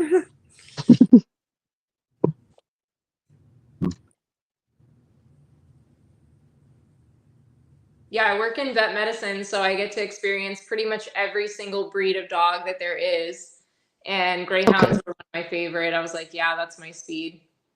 Oh, yeah. So yeah, that's a good topic to talk about. Yeah, because you actually you kind of like assist with surgeries too, right? Yeah, actually, ironically, veterinary cardiology. So we do heart surgery on canine, feline, and then echocardiogram on pretty much any species. Okay. Interesting. When he was about 6 months old, it's I think about a year anniversary is coming up. He got really weak. and he wasn't walking. He was very sluggish. He was peeing in bed. We took him to the vet. They told us it looked like his joints were growing too fast, and maybe there was discomfort there, and that's why he was acting that way. We take him home again. A day goes by. I go back and say it looks worse. They say he's fine, or not fine, but they're all like, just keep giving the medication. It was a steroid and something else. And then, like, day 4 or 5, he goes to get up and his back leg doesn't work. He just drags it behind him. So we rush him back to the vet. They told us that they thought his spine was fused together, possibly in an area that was pinched and causing that to happen. And told us to go to like Mizzou College for MRI. And ended up being meningitis. Wow. And yeah, really crazy. But I think it was like, we kept him on steroids up until probably about 3 months ago. His back leg is not 100%, but he doesn't even act like it's different. He jumps higher than every other dog we have. But yeah, we almost lost him. Like, it was really, really close. That's fucking wild. I haven't heard of him getting spinal meningitis, but yeah, it's possible. Yeah, that's Yeah, they weird. said I it's a remember you very talking rare about case. that. It was like real sudden. Yeah, not spinal meningitis. They thought, one vet said the spine was fused together. We went to Mizzou College. They did the scans, and it was meningitis. Autoimmune meningitis. Does that make sense? Yeah, it does. Yeah, I took 2 Benadryl like an hour ago, so my tongue's not going to work as well. So if there's a lot of bees or anything, I'm not going to get them out right. I got to get to bed early tonight so I can wake up at 3 in the morning. So I bennied. What time is it there? It's about 10:35. Okay, it's 9:35. Yeah, if we're gonna go on this. You took We're gonna do Benadryl that. and you have to wake up in 5 hours? Yeah, well, if I didn't do that, I might not have went to bed. But yeah, we're doing that 7-mile hike tomorrow. Oh, wow. Dude, I have Yeah. a hat that looks like the Hat Man. Do you want to see that? Oh, the guy behind me? Get it. Oh, you broke up. I didn't hear that last part. Oh yeah, get the hat. Yeah. He's like the Hat Man behind you. I can't see. What is she talking about? Oh, like the guy behind me? Yes. It looks like I can't see. Is that Fred Durst? No, it's Steve. Okay, here you go. It's like, do I look like the Hat Man? Oh, well, he's wearing that. You're talking about the Hat Man. That guy. The guy, you see the Hat Man when you take Benadryl. Oh, you're talking about that one. I got that. I didn't. Yeah, and Dave mentioned the hat guy behind him, so then I thought there was like some hat behind him that somebody is wearing. It's the Benadryl kicking in. I know what you're talking about. Yeah, I just seen one of those memes about the Hat Man. Yeah. Yeah. You want to? Pretty happy about this. You want to see my alligator hat? Yeah. Dang. Oh. Yeah, made it myself for a podcast with Darian, and nobody got the joke. It looks awesome. That was a funny joke. That was Darian was like, he like made this stand against people like selling Nile crocodiles at a reptile show because this is like unacceptable, blah blah blah. And then all good points. And then Mike Schultz, like 1 hour later, makes a Facebook post. He goes, "Imagine being brave enough and standing up to the 2 only people that sell Nile crocodiles." And then Darian's like in his comments, he's like, and then Darian's like says something to him, then Mike Schultz says something back. It's always hilarious. Actually, I want to have Mike Schultz on one time. Mike was going to come on. You'd get the channel banned if Mike Schultz was on here. No way. He was going to be here. Yeah, 45 minutes ago, he has to come on. Yeah. Oh, really? Yeah, I fucked up. I thought there was too many people. He was like, "Let me come on," and I was like, "We're gonna do something later." All right, maybe next. Like, let's do Mike Schultz next time. Like next 2 weeks from now. I didn't realize we were gonna talk for another 40 minutes after. We could have had him for like an hour and a half. That's my fault. Yeah, right. No, that's why I didn't know. He was one of the 3 people I messaged. Yeah, right. No, we'll let's see if he's like. Well, you might be at an expo though. He's always at shows. If he's not at a show in like 2 weeks, let's have him on. Yeah, I think so. Mike's a lot of fun. Mike lives like 20 minutes down the road from me. They've been coming up yesterday, and they've been coming up for like an hour. Tyson fight coming up. I'm like at this point, I'm like no longer interested. It's taking too long. I'm like they're not. It's almost 10 o'clock. They haven't fought yet. Yeah. Yeah. I'm a little interested, just a little. I'm still Yeah. I'm still interested. I mean, how rigged is this fight, though? I mean, has there been an honest boxing match in like the last 15 years? Probably not. Well, we've been watching a lot of celebrity boxing for the last 5 years. I think we're all desensitized. I think some of the older fights, I think they're pretty legit. This one's all about nostalgia. Tyson Fury fights, you know, there were some long counts on that. That's fair to talk about. Okay, but well, is this fight rigged? Oh, I think as soon as he slapped him, it seemed like this is WWF. I think it's rigged. Yeah. But I don't know. Tyson could accidentally murder him. He's a pretty crazy guy. He's strong. Isn't he like 60 though? 58. 58. Yeah, 58's the new 40 for men. Like, it's not bad. Yeah. Well, one thing is, I mean, Mike Tyson, I mean, I seen a video of him training and the way he moves. And that's like, there's that one guy, he's like a professional, like, nutritionist and trainer, and he even said he goes don't underestimate Mike. He goes he might be 58. He goes, but physically, he goes, he ain't 58 when it comes to like moving and dexterity and all that. And then Mike Tyson, I mean, because I looked up, I'm like, man, when's the last time he boxed? And I guess he stopped professionally boxing in 2005. He got beat, it ended in a TKO, and but then he fought again in 2020. So there was like, he did box. It was somebody that was you know, it's another big name boxer. I can't remember who it was, but he did box, you know, professional boxing, like, you know, live thing like 4 years ago. So, you know, it hasn't been super long. So his last fight then was 2005 when he bit Holyfield's ear? No, that wasn't. I mean, I think that was near the end. I can't, but the last one. I always thought that was his last fight. I think it was his last fight where people stopped taking him as serious because he went nuts and bit the guy's ear like on 2 different times. The crazy part was like they said they sent him back in there after the first time, and it actually like it didn't get disqualified. Like, don't do it again. And then he like immediately does it. I don't even think he waited. Like the next time it came in, the crazy part is he is close enough to lean over, and you're moving around a lot. That's actually the most impressive part, that you're able to take your mouth, get around somebody's ear when you're boxing, because you're on the person's head.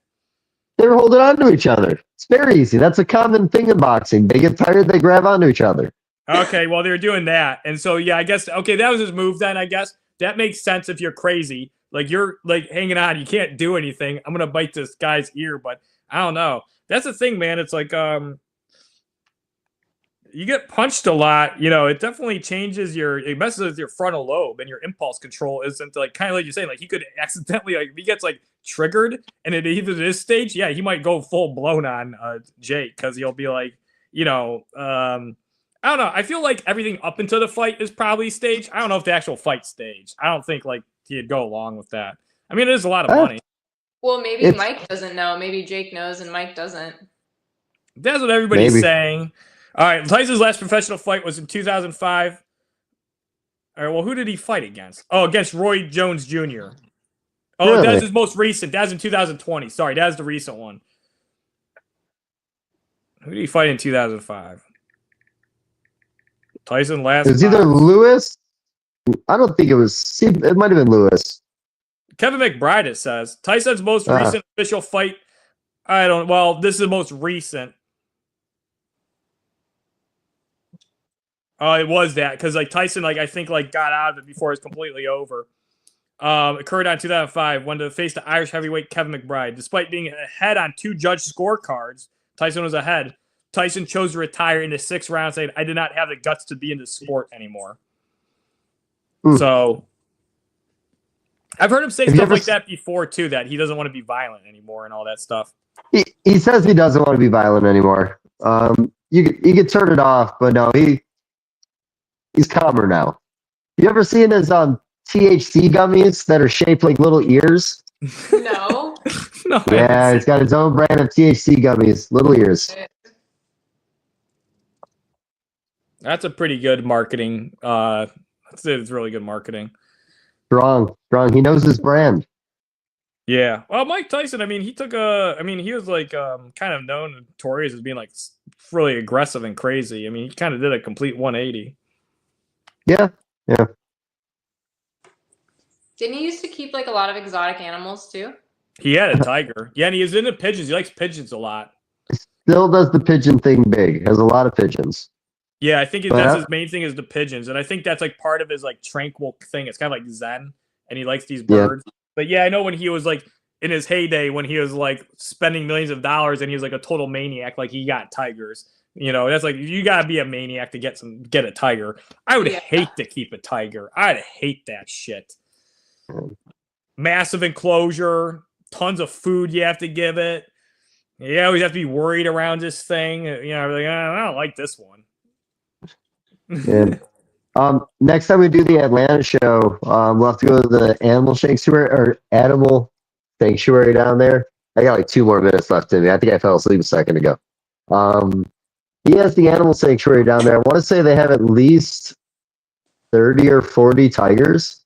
It's just outside of Atlanta. Do you guys remember that one story about I think it was a lion, a tiger, and a bear in a drug dealer's basement? And they were smaller, and they took them. Well, those animals ended up at this sanctuary, and they've lived there for, I think, like the last 15 or 20 years. And they had them living together, I believe, for a long time, and now they have them separated. Oh, okay. Yeah, It's a pretty cool place. Very well kept up. No, it's really neat. I'll find a link for it. It's really cool. Yeah, I'm overselling it. All right, looks like Anthony's into boxing because he says Jones versus Myosic tomorrow too. So I don't know who those. Nobody cares. Nobody cares about. This is the first time I think I've even paid attention to boxing in like 10 years. Yeah, the last time I paid attention to it was a documentary about I talked about it. George Foreman and whoever the heavyweight like champion in boxing was at the time, or I don't know if he was heavyweight, but I think he was heavyweight. Yeah, I think he was heavyweight champion at that time in boxing.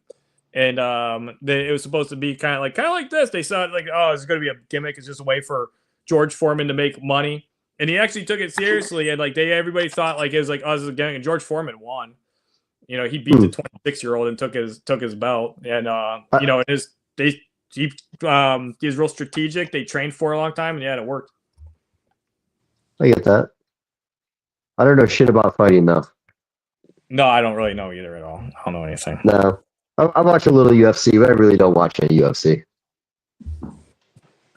Yeah, I think a lot of people, I mean, they are making a bunch of money on this. I mean, Netflix is getting like, you know, I mean, they're getting paid a lot. I think Jake Paul's getting paid like $40 million. Yeah, I think Jake's 40 and I think Tyson's 20. Yeah. Some people are mad about that, but they said Jake is doing more like spots, more advertising, promoting. How old is Jake Paul? He's not very old. 26, 28 maybe? It says 27. I was close, but not close. I decided to miss the one number. Yeah, 20. I don't know. I feel like, well, What's I guess Zodiac sign, Jeff?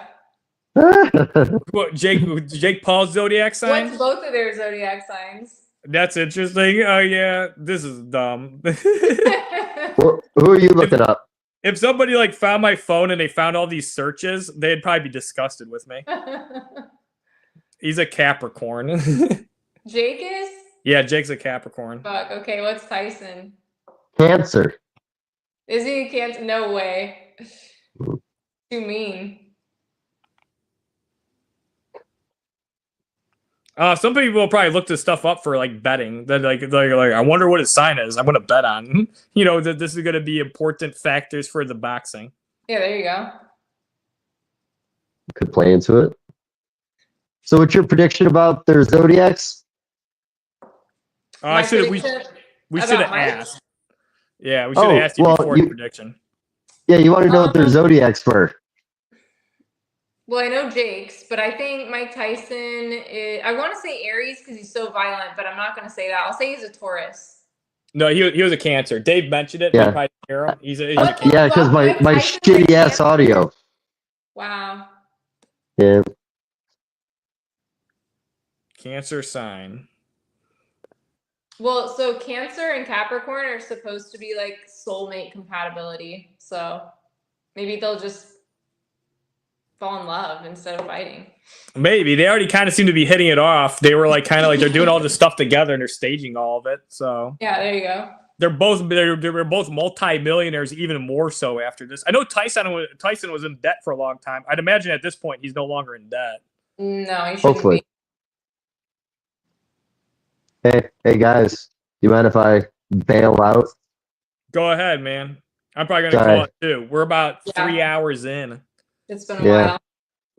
We could cut the first hour out of the podcast and just throw it away and just put out the last hour and 50 minutes.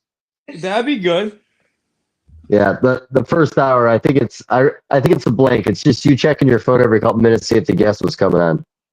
I don't think it was that. I checked like twice. Yeah, I think I just said a couple times. I did say several times. I did mention it. Yeah, several times. Somebody asked you, like, is Mitch ever going to come on, or are you just going to have his picture up for every episode now? And I was like, yeah, we will do it every episode. I think So we need to get Mike Schultz and Vin Russo on here. Yeah. Dave wanted I to just do did Vin last week. You did Vin last week? Yeah, I had Vin last Friday. Oh, I fucking missed it. Yeah, Dave. no, but no, we'll get Mike Schultz on though, because we've been talking about him for a long time. Mike Schultz, and I have two other really good guests that I want to do, Dave. I'll talk to you about them. They're surprise guests. They're like big one. One nobody's ever done, and they should have. And I've talked about it for years. I think somebody needs to do a podcast with them.